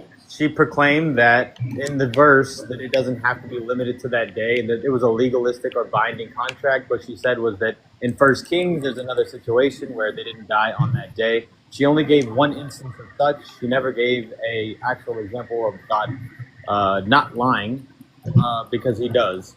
Because there's multiple instances in which God does lie. But all she was alluding to was that it does not have to be physically that day. She gave one example, and that was it. And she alluded to different scholars' opinions. And when asked for my resources, I gave her one, and she doubted the authority of Dan McClellan. Okay, So she went to Rabbi Rashi. She went to a couple of the original, or the first rabbis, and I went to a couple different ones. And she said that my scholars weren't good, and that hers were. So wait a minute. So let me ask you another set of questions, and I won't be long-winded. So my next set of question is: how was it determined that you lost? Was it polls? The judges, and then Wisdom won probably only the third time that I've seen a Christian win, but she got a lot of support. I'd say that this is the first time that I've ever seen more Christians than atheists in the crowd. Yeah, I noticed because I remember debating. I remember debating at one time about the existence of Jesus, and I brought all my sources out. I brought up everything, but most of the judges were Christians, so it was a bad faith. Even though he was at this point in the debate that was windmilling at the time, they were bringing up a whole bunch of nonsense.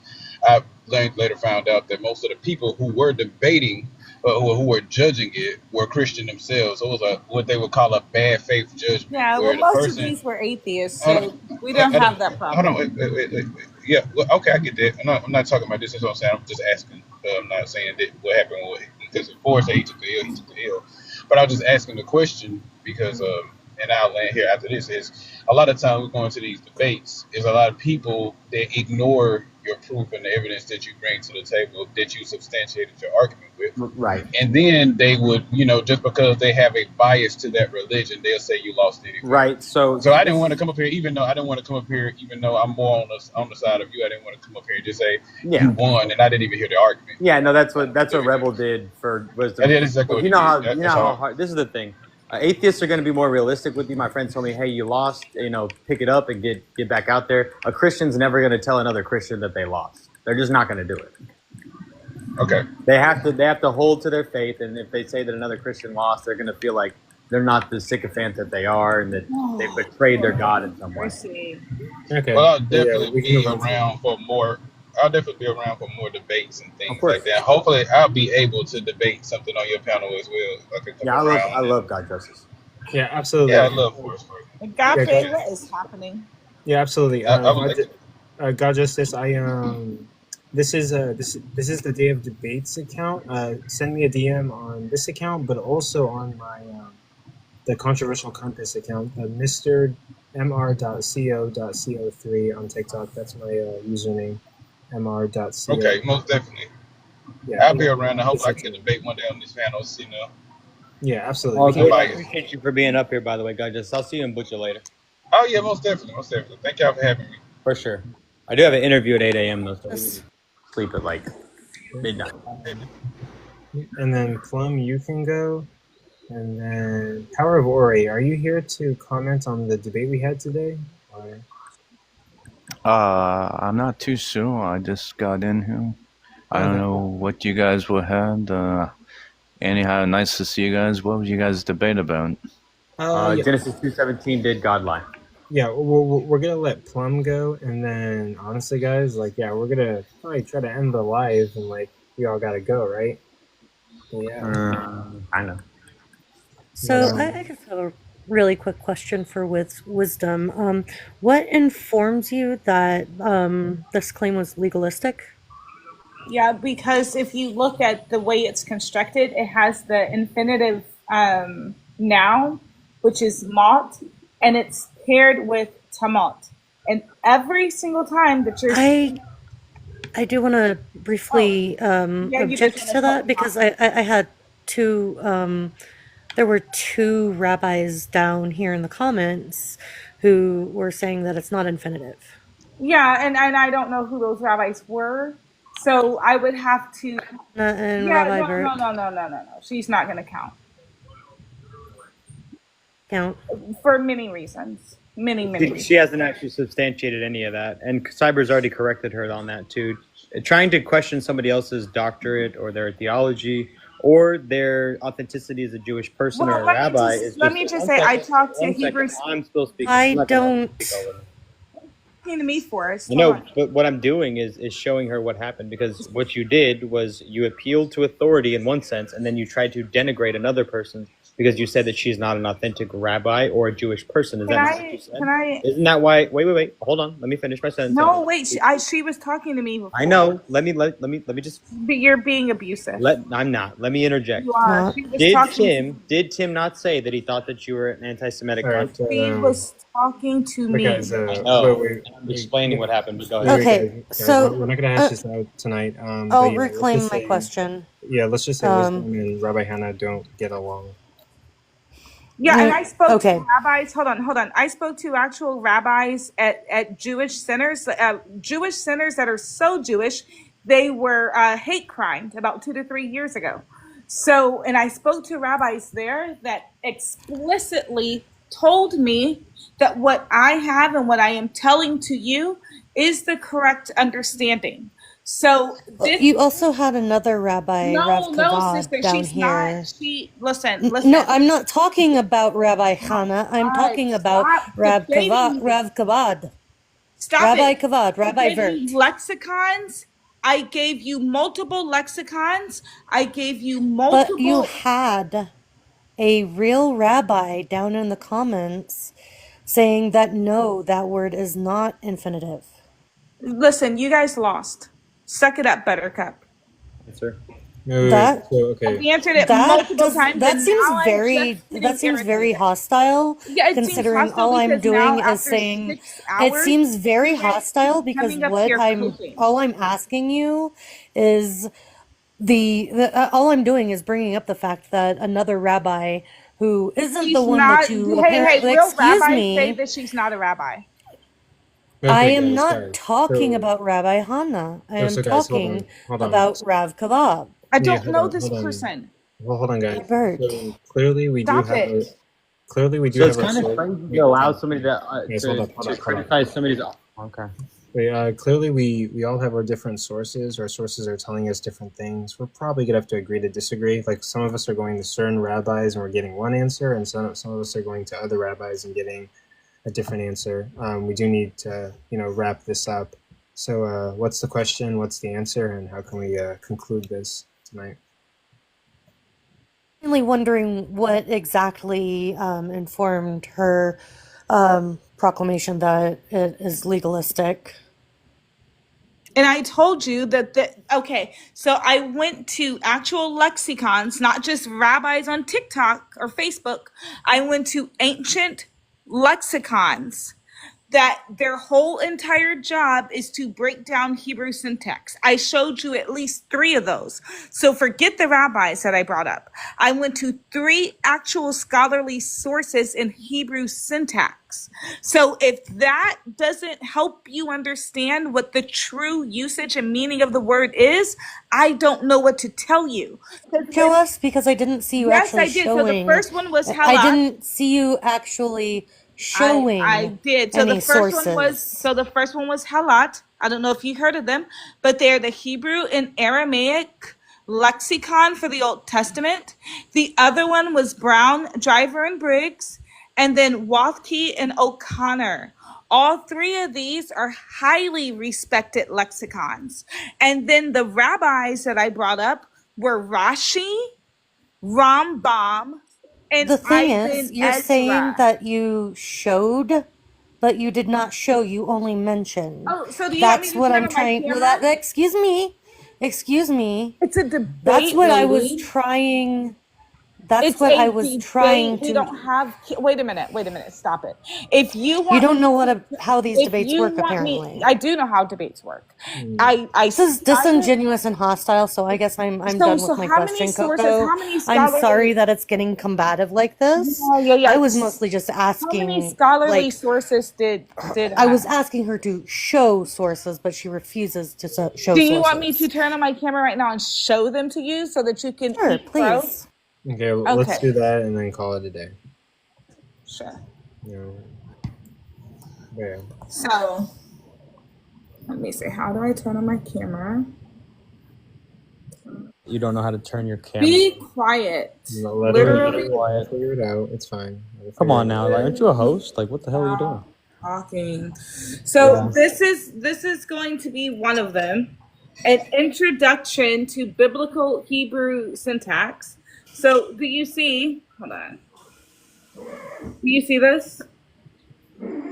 So, I can see it. yeah. So if you want me to, I can send you this source. This is a whole entire article, and then if you want to DM that yeah, to me, that would I be can DM it to appreciated. you. And then I can also DM you the other two on that also. Okay. Yeah. Because these are actual sources, not just like things that you Google real quick. But I can definitely follow me, and I'll follow you back. Yeah. All right, guys. With that, everyone, let's go home. Let's conclude the debate. Have a good night, Coco. Thank you for letting me up. Thanks, Coco. I appreciate your candor. I'm down. Yeah. And then Coco, how's your night going?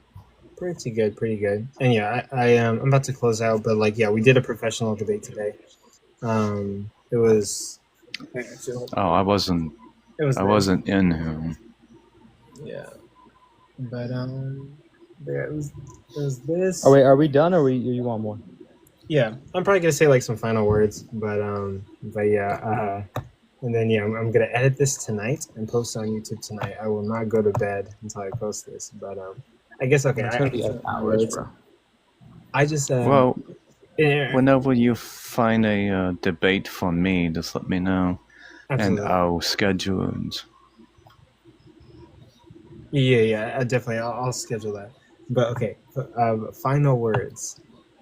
Guys. Forrest and Wisdom, bro. Do you know how many people showed up for this debate event? We had practically 200 people in this room at the same time. That's what I put in the chat. Cheering you guys on, from the comment section. Amazing work. Wisdom, I've already DM'd you. Caps lock all the way. Congratulations. Yeah, God bless you, Coco. Wisdom. Stop saying that. He doesn't believe in God. I don't even care. No, Wisdom, fantastic. Out of this world. You did research, thorough investigation of the topic at hand. Absolutely phenomenal work. Forrest, the same thing. Phenomenal. You did amazing. And don't let the loss hurt you. Continue to debate. I want to see you in another professional debate. Dude, you're fucking awesome, dude. Don't let any Rebel came up to antagonize you. Don't let any of these words get. He believes that the Earth is flat. You're doing a fantastic job. Keep reading, keep studying. Both of you guys are very bright individuals, and we can't run our platforms without debaters. We set up debates. We promote it. We edit it. I genuinely appreciate you guys. The success today was you guys, basically. And a little bit of me sprinkled in there and AR sprinkled in there. But thank you guys for being here. And with that, this is going to go on YouTube. So thank you, everybody, for watching. Thank you, everybody, for being here. We can't do this without you. And we're going to continue to put on more events and do this stuff. And maybe one day we'll make it to big leagues. Maybe one day we'll be the next Honey, or we'll be the next modern day debates. But thank you guys. And I hope all of you guys have a great night. Love you, Coco. Love you Well, too. thank you for inviting me up here, though. Absolutely. And I will see you guys later. Later.